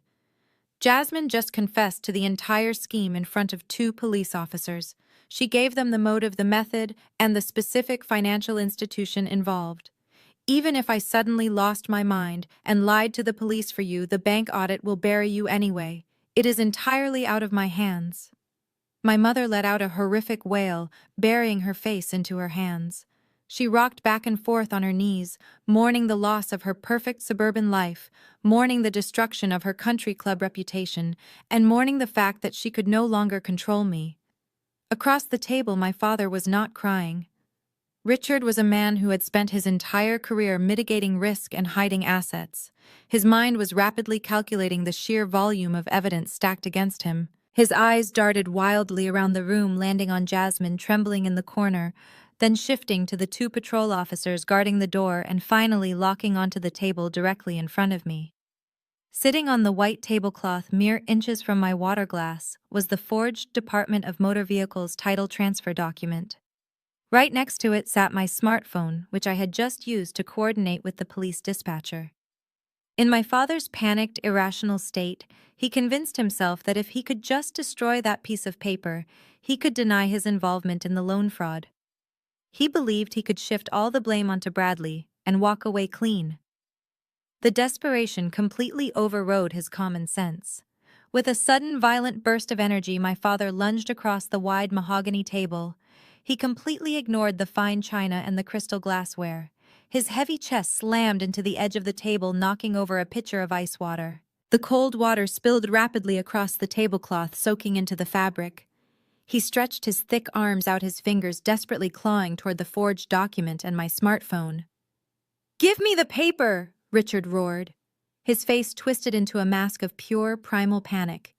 "Give it to me right now!" He was incredibly fast for a man his age, driven by the sheer terror of spending his retirement in a federal penitentiary. His thick fingers brushed the edge of the official registration envelope. I instinctively leaned back, pulling myself out of his reach, but I did not even have time to grab the documents myself. Grandma Beatrice reacted with the speed and precision of a seasoned predator. She did not shout. She did not gasp. She simply tightened her grip on the heavy silver handle of her cane, raised it high into the air, and brought it down with devastating force. The solid wood shaft of the cane cracked violently against the back of my father's outstretched hand. The sickening sound of impact echoed sharply in the room. My father let out a high-pitched howl of agony. He instantly recoiled, pulling his hand back and clutching it tightly against his chest. He stumbled backward, his chair scraping loudly against the floor as he lost his balance and crashed heavily onto his knees. "I told you not to touch that evidence," Richard Grandma Beatrice said, her voice dropping into a deadly commanding register that left absolutely no room for debate. "You have embarrassed this family enough for one lifetime. You will sit there like a civilized human being, and you will face the consequences of your pathetic choices." The sudden burst of physical violence immediately triggered the two patrol officers at the door. They stepped forward in unison, their hands instinctively dropping to the heavy tasers secured on their utility belts. "Hey, back away from the table!" the lead officer shouted, pointing a stern finger directly at my father, who was currently whimpering on the floor and cradling his bruised hand. "Keep your hands visible and stay exactly where you are. Do not make another sudden movement, or I will deploy my weapon. Do you understand me?" My father nodded frantically, his face pale and slick with cold sweat. He did not dare speak. He simply kneeled on the hardwood floor, utterly defeated, looking up at his own mother with an expression of pure terror. My mother was still sobbing beside my chair, entirely paralyzed by the chaos unfolding around her. Bradley was sitting perfectly still, his eyes wide and vacant, completely disassociated from reality. The golden child had finally broken under the pressure of the real world. Jasmine remained pressed against the far wall, her arms crossed tightly over her chest, watching the wealthy family she had married into completely self-destruct in real time. I reached out calmly, picked up my smartphone, and slid the forged title transfer document slightly further away from the edge of the table, ensuring it remained perfectly intact. The physical evidence was secure. The confession had been made. The trap was entirely sealed. At that exact moment, the heavy mahogany doors were pushed wide open. The restaurant manager stepped aside, looking absolutely terrified. Walking through the doorway were two new figures dressed in sharp plainclothes suits. They wore silver badges clipped to their belts and carried heavy leather folders. The financial crimes detectives had finally arrived. The long wait was over, and the real reckoning was about to begin. The two plainclothes detectives stepped fully into the room, their expressions entirely devoid of sympathy. The atmosphere instantly shifted from a chaotic family meltdown to an active crime scene. The taller detective in the front scanned the room, his eyes sweeping over my sobbing mother, passing over my grandmother sitting rigidly at the head of the table, and finally landing on my brother. Bradley immediately raised both of his hands into the air, his palms facing outward in a gesture of absolute surrender. His face was slick with sweat, and his whole body trembled violently. "I swear I did not know she had not signed the paperwork yet." Bradley stammered, his voice breaking into a pathetic whine. "My parents told me it was a legal gift. I am just the victim of a miscommunication. Please do not arrest me." The two detectives did not even break their stride. They walked right past Bradley, ignoring his frantic pleading as if he were nothing more than a piece of furniture. The sudden breeze of their passing ruffled the lapels of his tailored suit, leaving him standing there with his hands in the air, completely bewildered. They marched directly toward the opposite side of the table and stopped right in front of my father. Richard was still kneeling on the hardwood floor nursing the hand that Grandma Beatrice had just struck with her cane. He looked up, his eyes widening in genuine confusion as the two federal detectives towered over him. The patrol officers had secured the door, but these men were the real threat, and my father's corporate instincts desperately tried to kick in. He scrambled to his feet, wincing as he put weight on his knees. He awkwardly smoothed down the front of his charcoal suit with his uninjured hand, attempting to summon the authoritative, booming presence he had used to terrorize our family for decades. "Gentlemen," my father said, forcing a tight, highly unnatural smile. "I am Richard, Vice President of Regional Lending at Continental Commercial. I assure you, whatever the patrol officers called you in for, it is a massive overreaction. My son simply made a foolish mistake regarding a vehicle transfer with his sister. It is a private family dispute that we are resolving internally right now." The taller detective reached into his suit jacket and pulled out a leather badge holder, flipping it open to display a heavy silver shield. "I am Detective Gallagher, with the Financial Crimes Division," the man said, his voice flat and uncompromising. "We are not here about a stolen vehicle, Richard. The patrol division is currently processing your son for grand theft auto. We are here regarding a $300,000 commercial bridge loan approved at your branch yesterday afternoon." The fake smile instantly vanished from my father's face. The last remaining drops of color drained from his cheeks, leaving him looking like a walking corpse. He opened his mouth to speak, but his vocal cords completely failed him. He took a stumbling half-step backward, his legs suddenly struggling to support his massive frame. My mother abruptly stopped crying. She wiped her mascara-stained eyes and looked up at my father, her face contorting in fresh horror. "Alone," Susan whispered, her voice barely audible. "Richard, what are they talking about? What did you do?" My father did not answer her. He could not even look at her.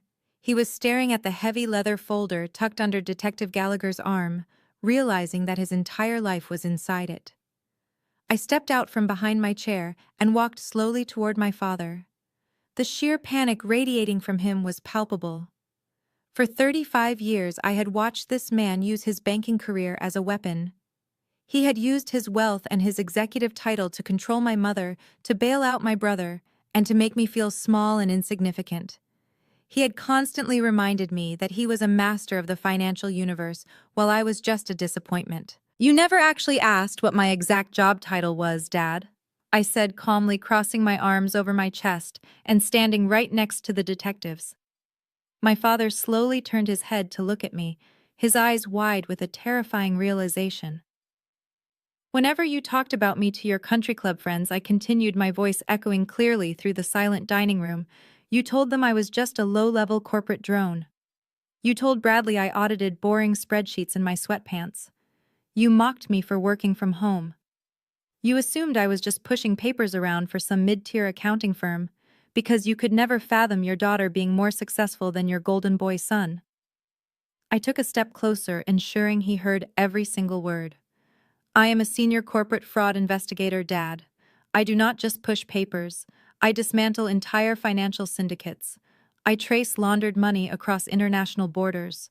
And for the past 6 months, my investigative firm was contracted by the Federal Banking Commission to conduct a silent, comprehensive audit of your specific commercial bank branch." The room went dead silent. Jasmine let out a sharp, involuntary gasp from the corner. Grandma Beatrice leaned forward in her chair, her eyes shining with absolute fascination. Bradley looked like he was going to vomit right onto the mahogany floor.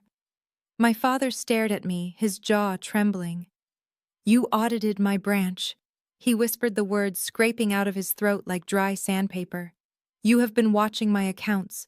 I have been watching every single keystroke you made," I confirmed, letting the cold reality wash over him. "We were hired because the federal regulators flagged severe compliance irregularities in your commercial lending department. They suspected an executive was bypassing secondary authorization protocols to approve high-risk loans. They just did not know who it was, but I found you, Dad. Found you. I watched you falsify income verification documents. I watched you force a junior loan officer to rubber stamp Bradley's fake application. You do not understand, my father pleaded, his voice breaking as his arrogant patriarch persona entirely collapsed. I was going to fix it. The application was just a placeholder. I was going to use my end-of-year executive bonus to quietly pay off the bridge loan before the quarterly audit. It was just a temporary maneuver to get Bradley the cash he needed to launch the software. I was protecting my family. You were protecting your ego. I shot back, completely immune to his sudden display of vulnerability. You could not stomach the idea of your friends finding out your son was a multiple-time bankrupt failure, so you broke federal banking laws to keep the illusion alive, but you got sloppy, Dad. You were so arrogant, so used to doing whatever you wanted that you thought nobody would ever question a vice president. I gestured toward Detective Gallagher's leather folder. You needed collateral to force the loan through the automated underwriting system. You needed a tangible asset worth at least $90,000 to make the algorithms accept the risk. But Bradley had absolutely nothing. His credit is destroyed, his house is heavily mortgaged, and his business does not exist. So you decided to steal my birthday present. My mother let out a horrific wail, finally understanding the full, devastating scope of the nightmare. She buried her face in her hands, rocking back and forth on the floor as the life she knew disintegrated around her. How did you know? My father asked, his voice entirely devoid of life. He looked at me with the vacant stare of a man who had already accepted his execution. How did you know about the car before tonight? I smiled. It was a cold, clinical expression.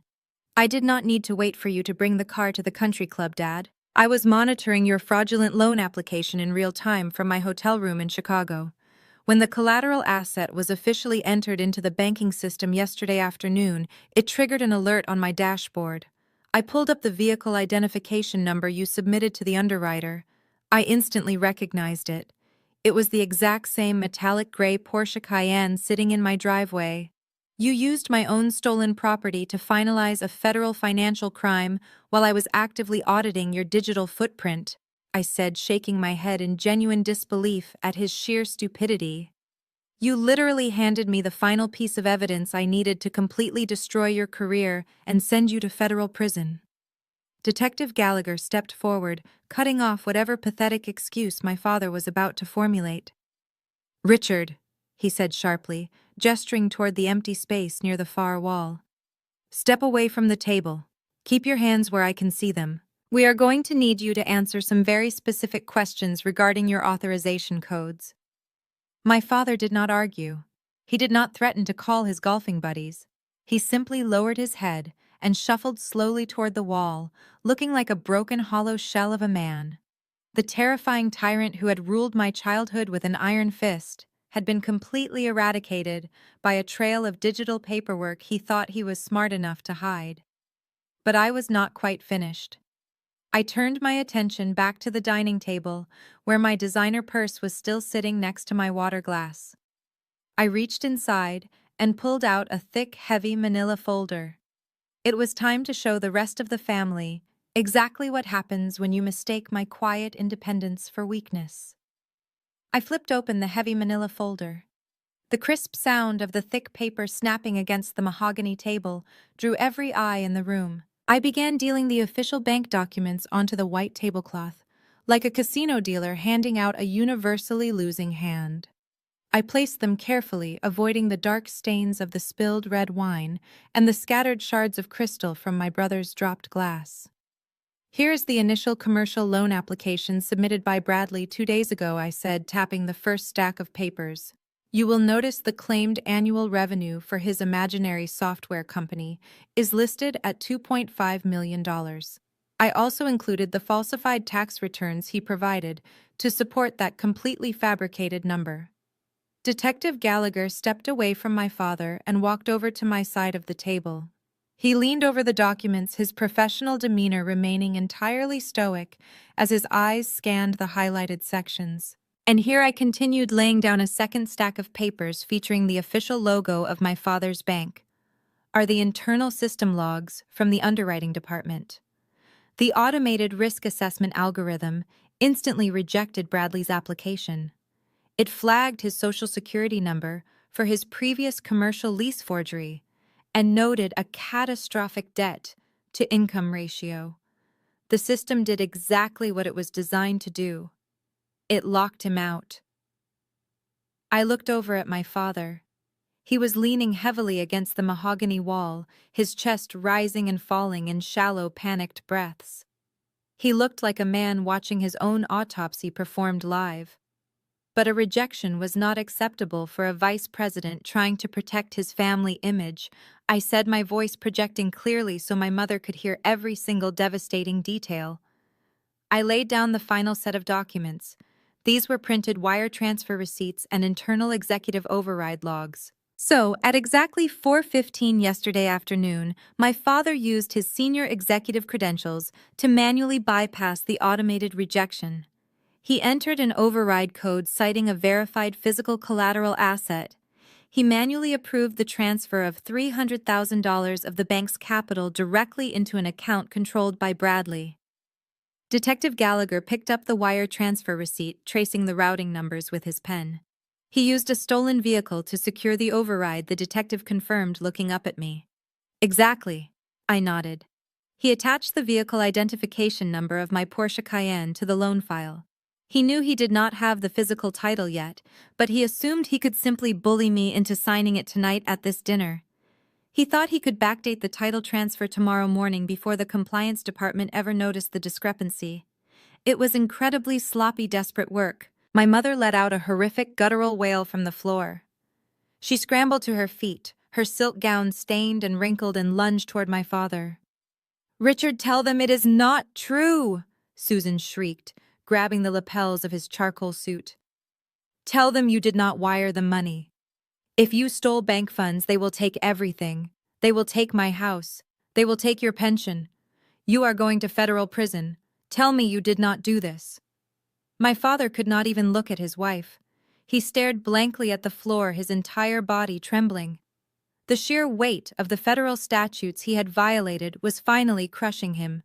He was a banker. He knew exactly what the sentencing guidelines were for wire fraud, bank fraud, and the circumvention of internal corporate controls. He was looking at a minimum of 10 to 15 years in a federal penitentiary. His prestigious career, his country club memberships, his massive retirement accounts, everything was gone in the blink of an eye. Jasmine stood frozen in the corner of the room. She was staring at the wire transfer documents on the table with a look of pure, unadulterated horror. $300,000, Jasmine whispered to herself, her eyes darting toward Bradley.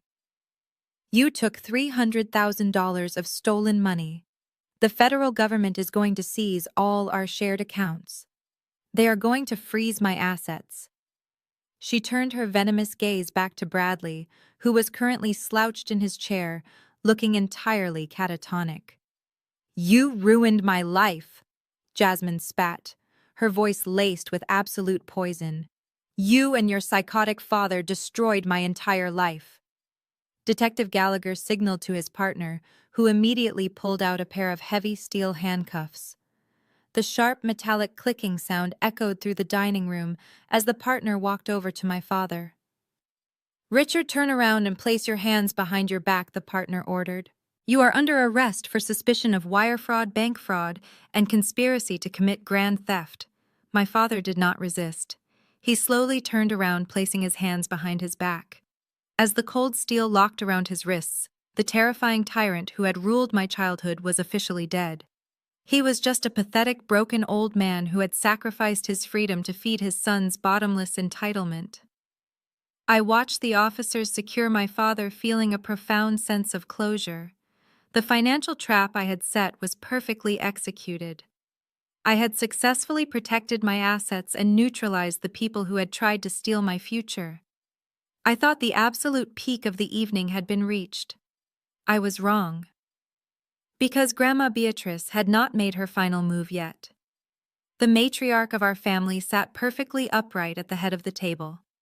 She had watched the arrest of her own son with the calm, detached interest of someone watching a predictable stage play. She reached out and tapped the silver handle of her cane against her water glass, producing a sharp, ringing chime that immediately demanded everyone's attention. The detectives paused. My mother stopped her hysterical sobbing and looked up, her face a mess of ruined makeup in sheer terror. That was a remarkably thorough investigation. Olivia, Grandma Beatrice said, her voice smooth and entirely composed. You have proven yourself to be exceptionally competent. However, there is one small detail regarding the vehicle that I believe the detectives will find highly relevant to their criminal conspiracy charges. I looked at my grandmother, genuinely surprised. I had tracked the car via the standard dealership GPS application.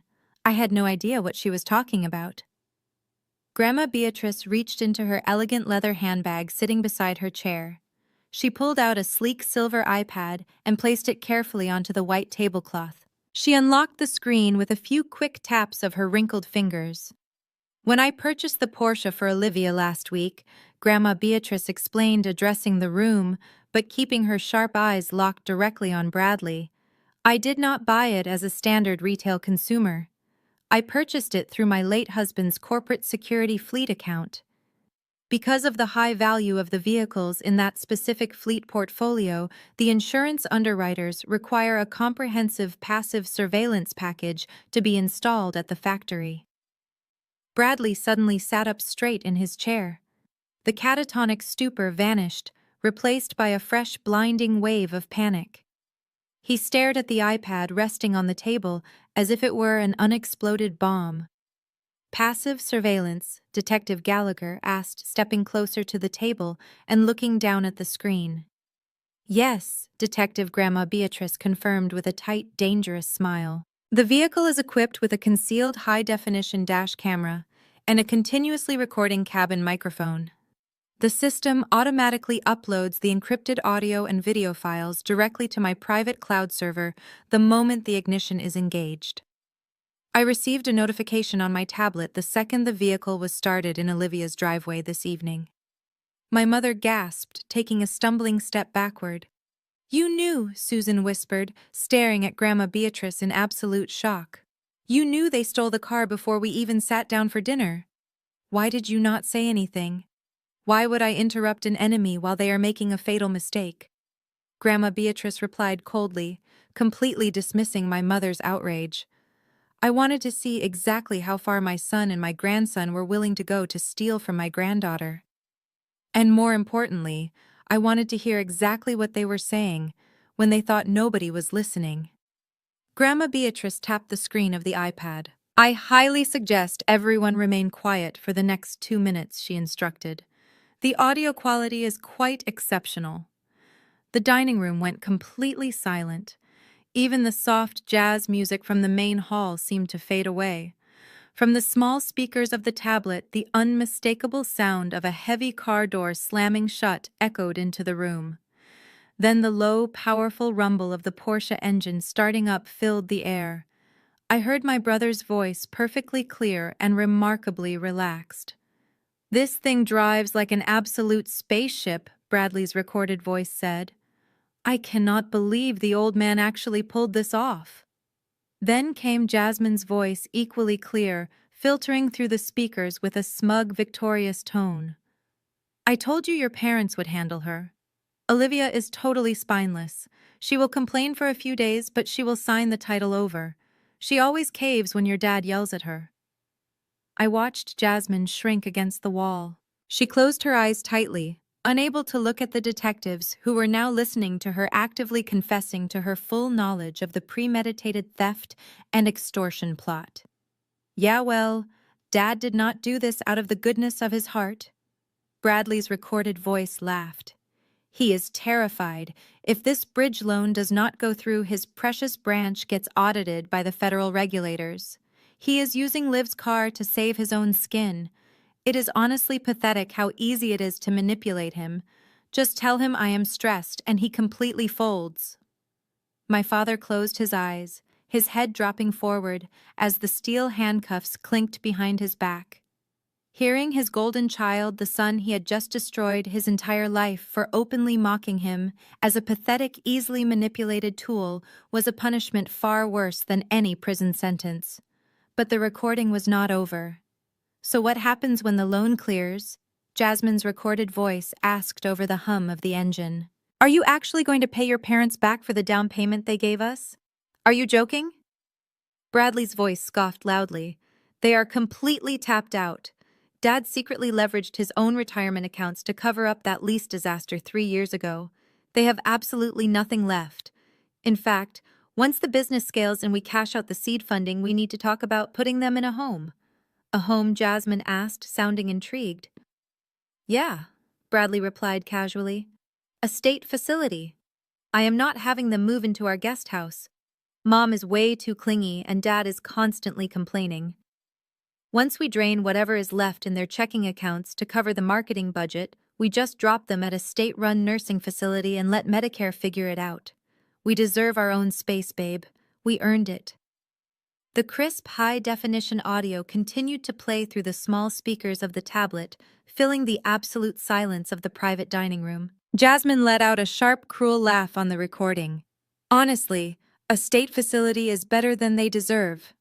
Jasmine's recorded voice sneered over the hum of the stolen car engine. Your mother is completely insufferable. She treats me like the help just because I do not come from country club money. But do you really think Medicare will cover it? What if the state facilities are full? Do you think Olivia will pay for a private room for them? Bradley chuckled, a dark, dismissive sound that made my stomach turn. Liv. Oh, absolutely. We just cry to her about how broke we are and she will write the check. She always wants to be the savior of this family. She is so stupidly predictable. Once we have the title to this Porsche, we leverage the cash, scale the business, and leave my parents for Liv to deal with. They are her problem now. Grandma Beatrice reached out a single wrinkled finger and tapped the screen of the tablet. The audio cut off instantly. The sudden silence that followed was heavier than a physical weight. It pressed down on everyone in the room, suffocating and absolute. My mother remained on the floor. She did not cry. She did not scream. She just stared at Bradley with wide, unblinking eyes.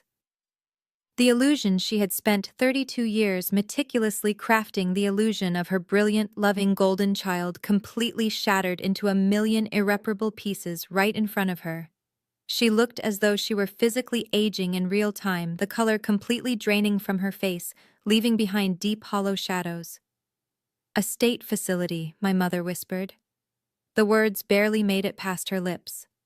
She slowly pushed herself up off the hardwood floor, her movements stiff and jerky like a marionette with tangled strings. She did not bother to brush off her ruined silk gown. She just took a slow, agonizing step toward the chair where Bradley was sitting. Mom, listen to me. Bradley stammered, his voice jumping up an entire octave in sheer panic. He pressed his back hard against the chair, trying to put physical distance between himself and the hollowed-out shell of his mother. It was just talk. I was just blowing off steam. Jasmine was stressing me out about the loan, and I just said what she wanted to hear. You know I would never do that to you. You know how much I love you. Do not you dare try to pin that on me, Jasmine shrieked from the corner of the room, her voice cracking with terror. You brought it up. You called them a burden. I was just agreeing with you. My mother did not even look at Jasmine. Her eyes remained entirely fixed on Bradley. I gave you everything, Susan said, her voice eerily calm, devoid of the hysterical theatrics she normally employed. I fought with your father for you. I alienated your sister for you. I emptied my savings accounts to pay for your wedding. We took out a second mortgage on our home to keep your lifestyle afloat. We broke the law tonight for you. And you were going to drop us in a state ward the minute our checking accounts hit zero? She reached out and grabbed the lapels of his tailored suit. She did not shake him. She just held onto the fabric as if trying to anchor herself to a reality that no longer existed. You looked me in the eye this morning and told me you were building an empire for this family. My mother gasped, the first fresh tears finally spilling over her lashes. You said you were going to take care of us. I am Mom. I swear I am. Bradley pleaded, his eyes darting frantically toward the federal detectives, desperately hoping someone would intervene. I just need this bridge loan to clear. Once the investors see the capital, we are going to be rich. We are going to have a massive estate. You can live in the guest house just like we planned. My mother slowly let go of his suit. She took a step back, shaking her head. There is no loan, Bradley. Your father is in handcuffs. You stole from your sister. The bank is going to take our house, and you are going to leave us on the street. She turned her head away from him, unable to bear the sight of the monster she had actively created. Across the room, my father leaned heavily against the mahogany wall. The steel handcuffs clicked softly behind his back as he shifted his weight. He looked at his wife standing in her ruined dress, and then he looked at his son cowering in the chair. Richard was a man who had built his entire identity around being the powerful, untouchable patriarch. He had manipulated the family trust, ruined my college fund, and committed federal bank fraud because he could not accept the fact that his lineage was a failure. And now, facing 10 to 15 years in federal prison, he realized the ultimate devastating irony of his life. He had sacrificed everything for a parasite. My father slowly turned his gaze toward me. His eyes were red-rimmed and bloodshot. For the first time in 35 years, there was no arrogance in his expression. There was no booming banking voice. There was only the crushed, pathetic realization of a man who had bet his entire life on the wrong horse. Olivia, my father whispered, his voice cracking horribly. Olivia, I am so sorry. I stood perfectly still, my hands folded neatly in front of me. I looked at the man who had threatened to destroy my career and disinherit me just 30 minutes ago. You are not sorry you did it, Dad, I replied, my voice echoing clearly through the dining room. You are just sorry you got caught. Please. He begged, tears finally tracing down his deeply lined face. You have to believe me. If I had known he was planning to abandon us, if I had known he viewed us like that, I never would have signed the wire transfer. I thought I was protecting the family name. I thought I was doing what a father is supposed to do. What a father is supposed to do, I asked, taking a slow step toward him. A father is supposed to protect all of his children. But you did not want a daughter. You wanted a prop. You wanted an audience to applaud your golden boy. You spent my entire life telling me I was selfish, telling me I was greedy, telling me I was never doing enough for this family. I gestured toward Bradley, who was currently weeping openly into his hands. You stole my college education to buy him a house he lost. You forced me into massive debt while you subsidized his fake entrepreneur lifestyle. And tonight you tried to steal the one gift Grandma ever gave me just to cover up your own financial crimes. I looked back at my father, making sure he saw the absolute lack of forgiveness in my eyes. You destroyed your relationship with the one person who actually had the means and the loyalty to take care of you in your old age. You traded a daughter who built her own empire for a son who planned to dump you in a Medicare ward the second the money ran dry. You made your choice, Dad. Now you get to live with it. My father closed his eyes, dropping his chin to his chest. A ragged, broken sob tore out of his throat. He had nothing left to say. There was no defense to mount, no manipulation tactic left to deploy. He was entirely spiritually and financially bankrupt. Detective Gallagher cleared his throat, stepping into the center of the room to reclaim control of the scene. He looked at my grandmother and pointed to the silver tablet resting on the table. Ma'am, we are going to need to confiscate that device as physical evidence. The audio recording contains explicit admissions of premeditated fraud and intent to exploit a senior citizen. Grandma Beatrice calmly slid the iPad across the white tablecloth toward the detective. Take whatever you need, detective, she said smoothly. I have the files backed up on 3 separate encrypted cloud servers. I will ensure my corporate attorneys forward you the complete, unedited transcripts first thing tomorrow morning. The taller detective picked up the tablet, slipping it into a clear plastic evidence bag. He then turned his attention to Jasmine, who was still pressing herself flat against the far wall, as if trying to merge with the wallpaper. Ma'am, the detective said, his voice flat and professional. Based on your own statements to the patrol officers and the audio recording, we just heard you had prior knowledge that the vehicle was stolen, and you actively participated in the conspiracy to use it as fraudulent collateral.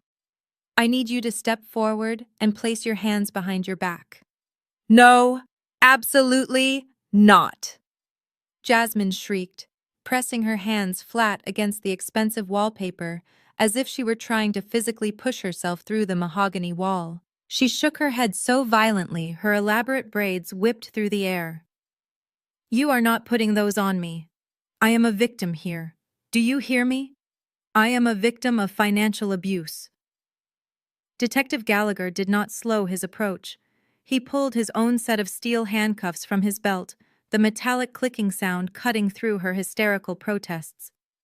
"Ma'am," he said, his tone dropping into a hardened, authoritative warning, "I am giving you one lawful order to present your hands. If you make me reach for you, I will add resisting arrest to your list of federal charges. Do not make this harder than it already is." Jasmine realized the detective was entirely immune to her theatrics.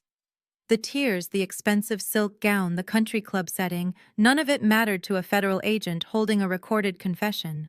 The absolute reality of a prison cell suddenly materialized right in front of her. Driven by pure, unfiltered self-preservation, she immediately sought the only available sacrifice to save her own skin. She lunged away from the wall, but not toward the door. She lunged toward Bradley. "You did this to me!" Jasmine screamed, her voice tearing through the room like a jagged knife. She pointed both of her shaking fingers directly at her husband's face. "You lied to me from the very beginning. You told me you were a successful entrepreneur. You told me the bank approved your funding based on your own merit. You never told me you were completely blacklisted. You never told me you had to forge documents and steal your own sister's car just to keep the lights on." Bradley cowered in his chair, raising his arms to shield his face as if he expected her to physically strike him.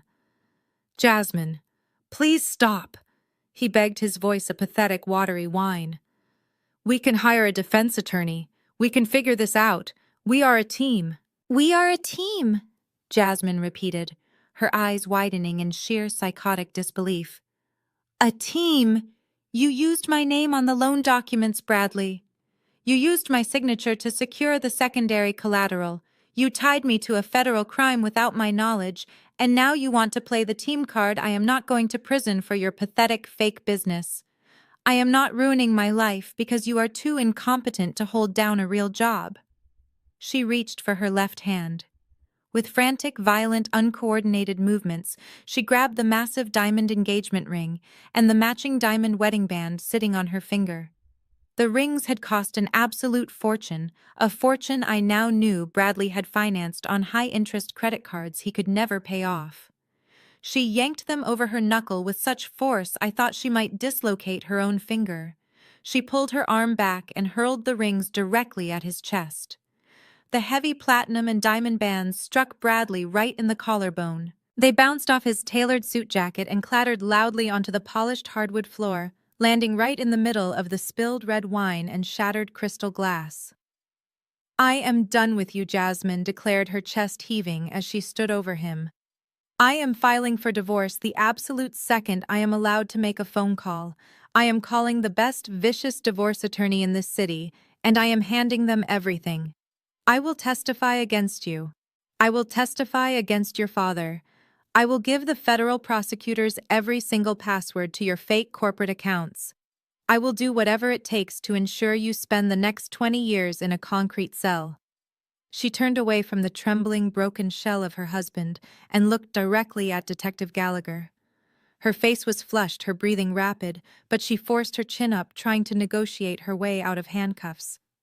"I am fully cooperating," Officer Jasmine stated, her voice shaking but determined. "I will be a star witness for the state. But I am not going to jail tonight. I am going back to my house. I am packing up his belongings, and I am throwing them onto the front lawn.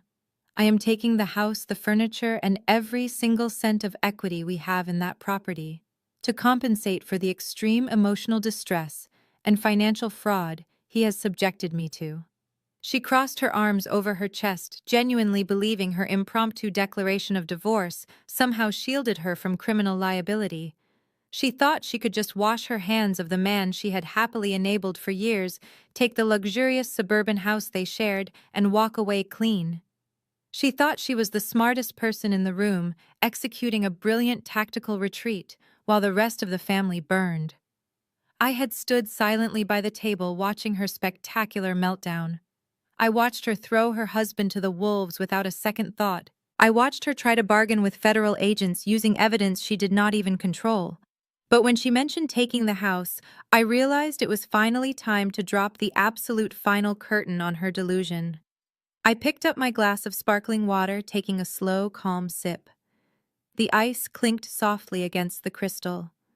The sound was quiet, but in that tense room it drew everyone's attention. I set the glass back down on the coaster and looked directly at my sister-in-law. "Take what house, Jasmine?" I asked. My voice was not loud, but it cut through her frantic energy like a scalpel. Jasmine froze. She slowly turned her head to look at me, her eyes narrowing in suspicion. "My house." "Olivia." Jasmine snapped, her tone dripping with venom and condescension. "The 4-bedroom house in the gated community that your brother and I live in. The house whose mortgage has my name on it. The house I am taking in the divorce settlement, because a judge will absolutely grant me full ownership after I prove my husband is a convicted felon. That house." I let out a soft, humorless chuckle. I shook my head, genuinely marveling at her inability to understand the basic mechanics of the financial disaster she was currently standing in.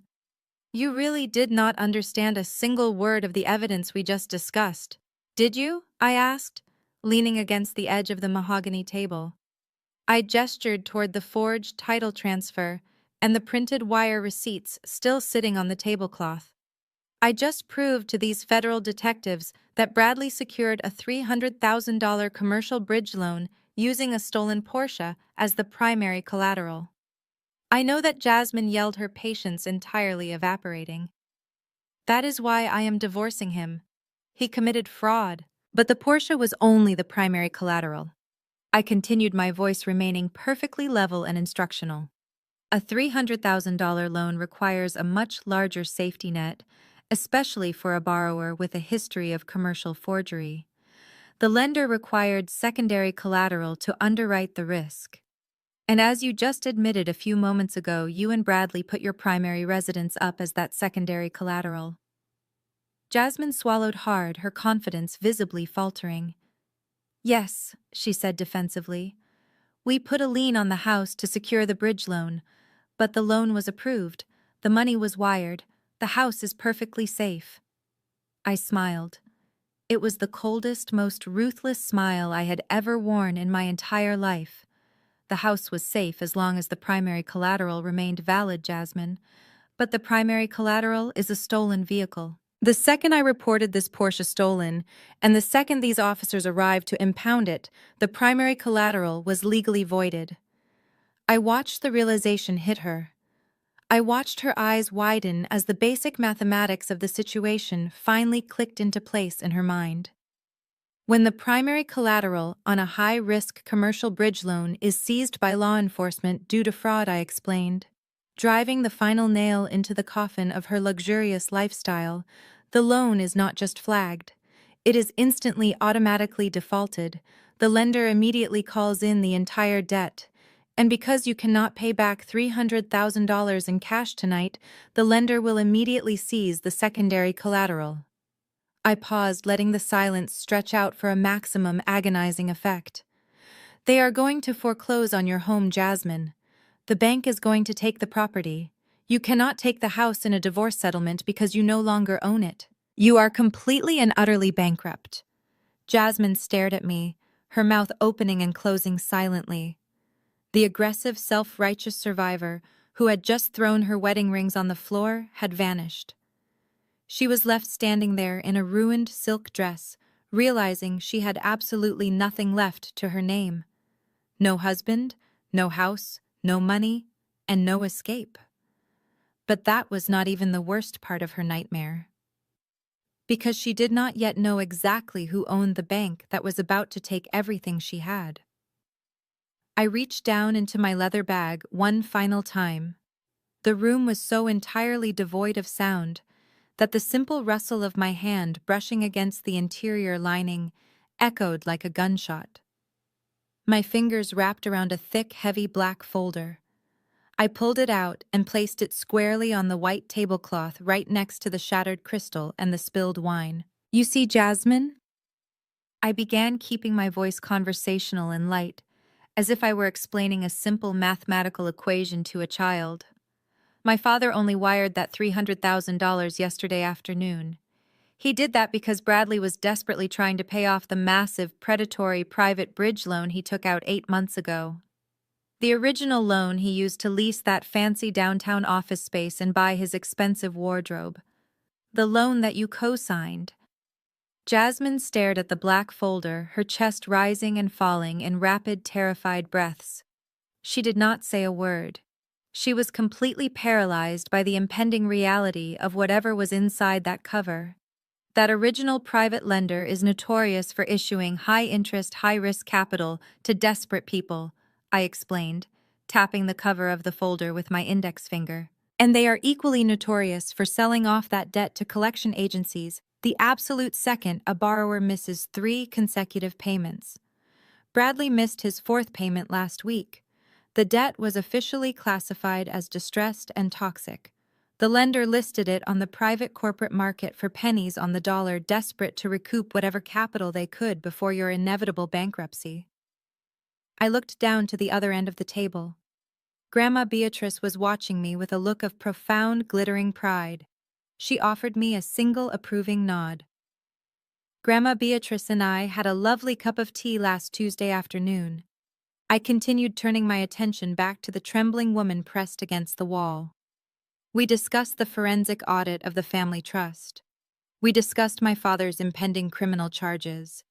And we discussed the absolute certainty that you and Bradley were about to lose everything.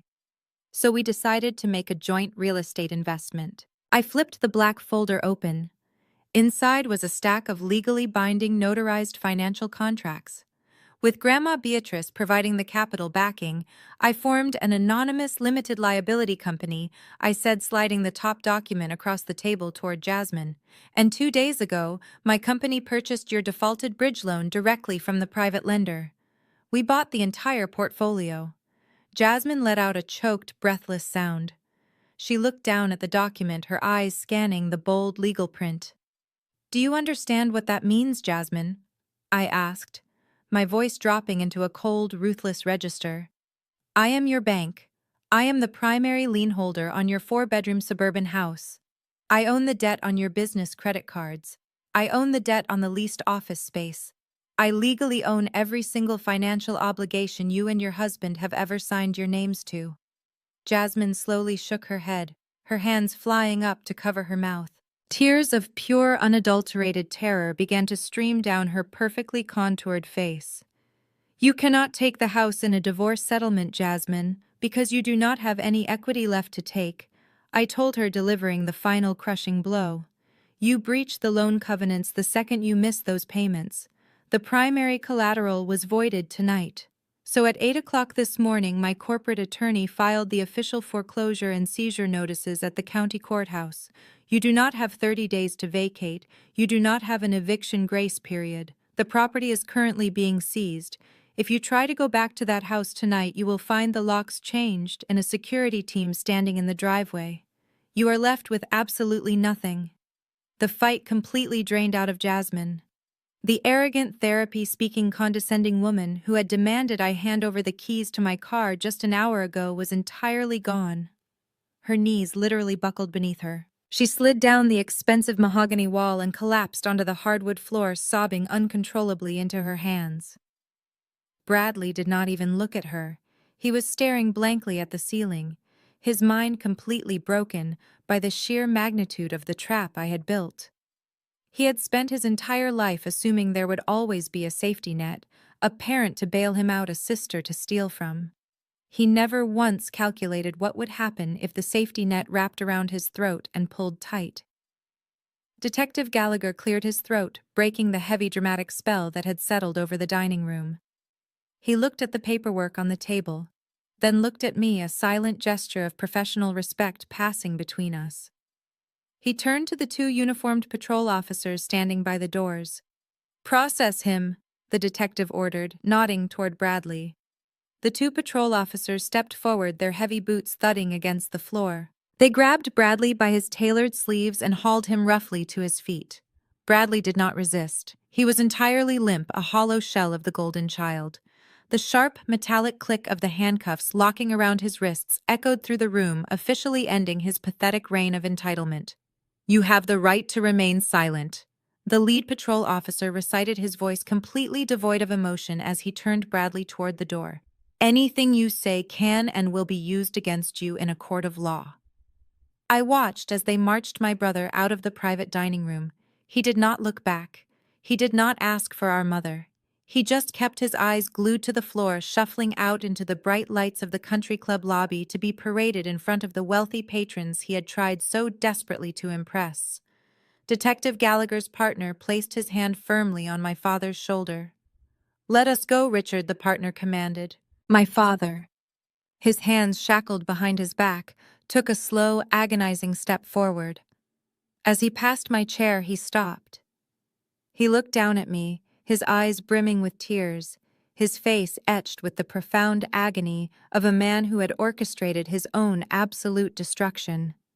He opened his mouth, perhaps to offer one final desperate apology, or perhaps to beg for mercy one last time. But the detective gave him a firm push, forcing him to keep walking. The heavy mahogany doors swung shut behind them, leaving only 3 people remaining in the chaotic, ruined dining room. Me, Grandma Beatrice, and my mother.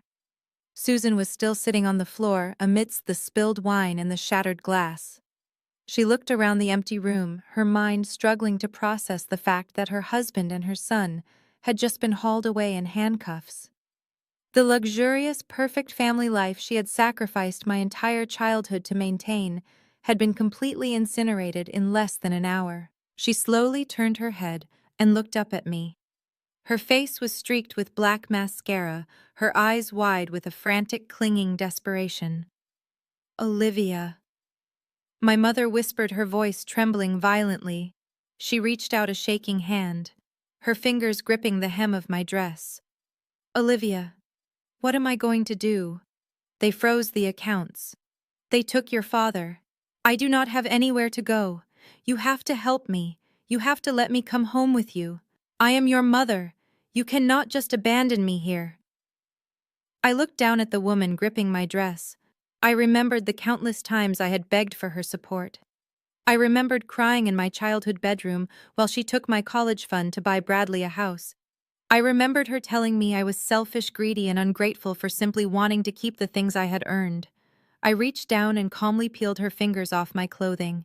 I smoothed the fabric of my dress, took a step back, and picked up my designer bag. "I am not abandoning you, Mom," I said, my voice entirely devoid of anger, pity, or love. "I am simply treating you exactly the way you taught me to treat family." I reached into the front pocket of my purse and pulled out the crisp, leather-bound check presenter that the country club manager had quietly slipped onto the edge of the table before the chaos began.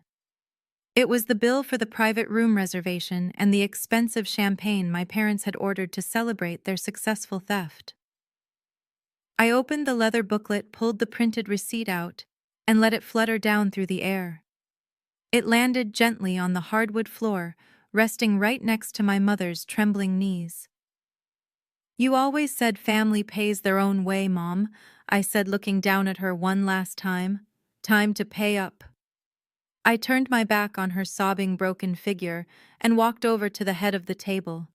I offered my arm to Grandma Beatrice. She smiled a warm, genuine expression of pride and looped her arm through mine. Together we walked out of the private dining room, leaving the door wide open behind us so the entire country club could hear the bitter weeping of a woman who had finally gotten exactly what she deserved. The valet attendant had my metallic gray Porsche Cayenne waiting right at the front curb, its engine purring smoothly in the cool night air. The police cruisers had already departed, taking the trash with them. I helped Grandma Beatrice into the passenger seat, tipped the terrified valet a $100 bill, and slid behind the leather steering wheel. I shifted the car into drive and pulled smoothly out of the Oakmont Country Club, leaving the toxic wreckage of my past in the rearview mirror forever. It has been exactly 1 year since that birthday dinner. The federal prosecutors did not offer my father a plea deal. The evidence I provided was too comprehensive, too perfectly documented. Richard was convicted on multiple counts of federal wire fraud and bank fraud. He is currently serving a 12-year sentence in a minimum security federal penitentiary in Pennsylvania. He lost his pension, his banking license, and his entire professional legacy. Bradley did not fare any better. The commercial loan fraud combined with the grand theft auto charge and his previous history of forgery earned him a 7-year sentence in a state facility. Jasmine made good on her promise. She filed for divorce the very next morning, testifying against him in exchange for total immunity. However, immunity from prosecution did not save her from financial ruin. I executed the foreclosure on their suburban house with absolute ruthless efficiency. The property was sold at auction, and Jasmine was forced to move back into her childhood bedroom in a cramped apartment across the state, completely cut off from the luxury she felt so entitled to. As for my mother, she was never criminally charged, but her punishment was arguably the most severe. With the bank seizing the family estate to cover the massive financial penalties my father incurred, Susan was left entirely destitute. She currently lives in a tiny subsidized studio apartment on the outskirts of the city. She tries to call me from different numbers every few months, leaving tearful voicemails begging for a second chance, begging for money, begging for the daughter she threw away. I never answer. Grandma Beatrice and I took a 3-week luxury vacation to the Amalfi Coast last summer to celebrate my promotion to managing partner at my investigative firm. I am thriving, surrounded by friends who actually respect me, building a life entirely on my own terms. The silence in my life is no longer filled with anxiety and manipulation. It is filled with absolute, unbroken peace. Sometimes cutting the cord on a toxic family is not an act of cruelty. It is an act of basic survival. You cannot heal in the same environment that broke you, and you cannot save people who are actively trying to drown you to keep themselves afloat. Have you ever had to let a toxic family member hit absolute rock bottom to protect your own peace? Have you ever had to walk away from the people who were supposed to love you just so you could finally breathe? Tell me your stories in the comments below. I read every single one of them. If my journey resonated with you, please hit the like button and subscribe to the channel for more stories of surviving the scapegoat life and taking back your power. Share this video with someone who might need the courage to finally stand up for themselves. Thank you so much for watching, and remember, your boundaries are not up for negotiation. Protect your peace at all costs.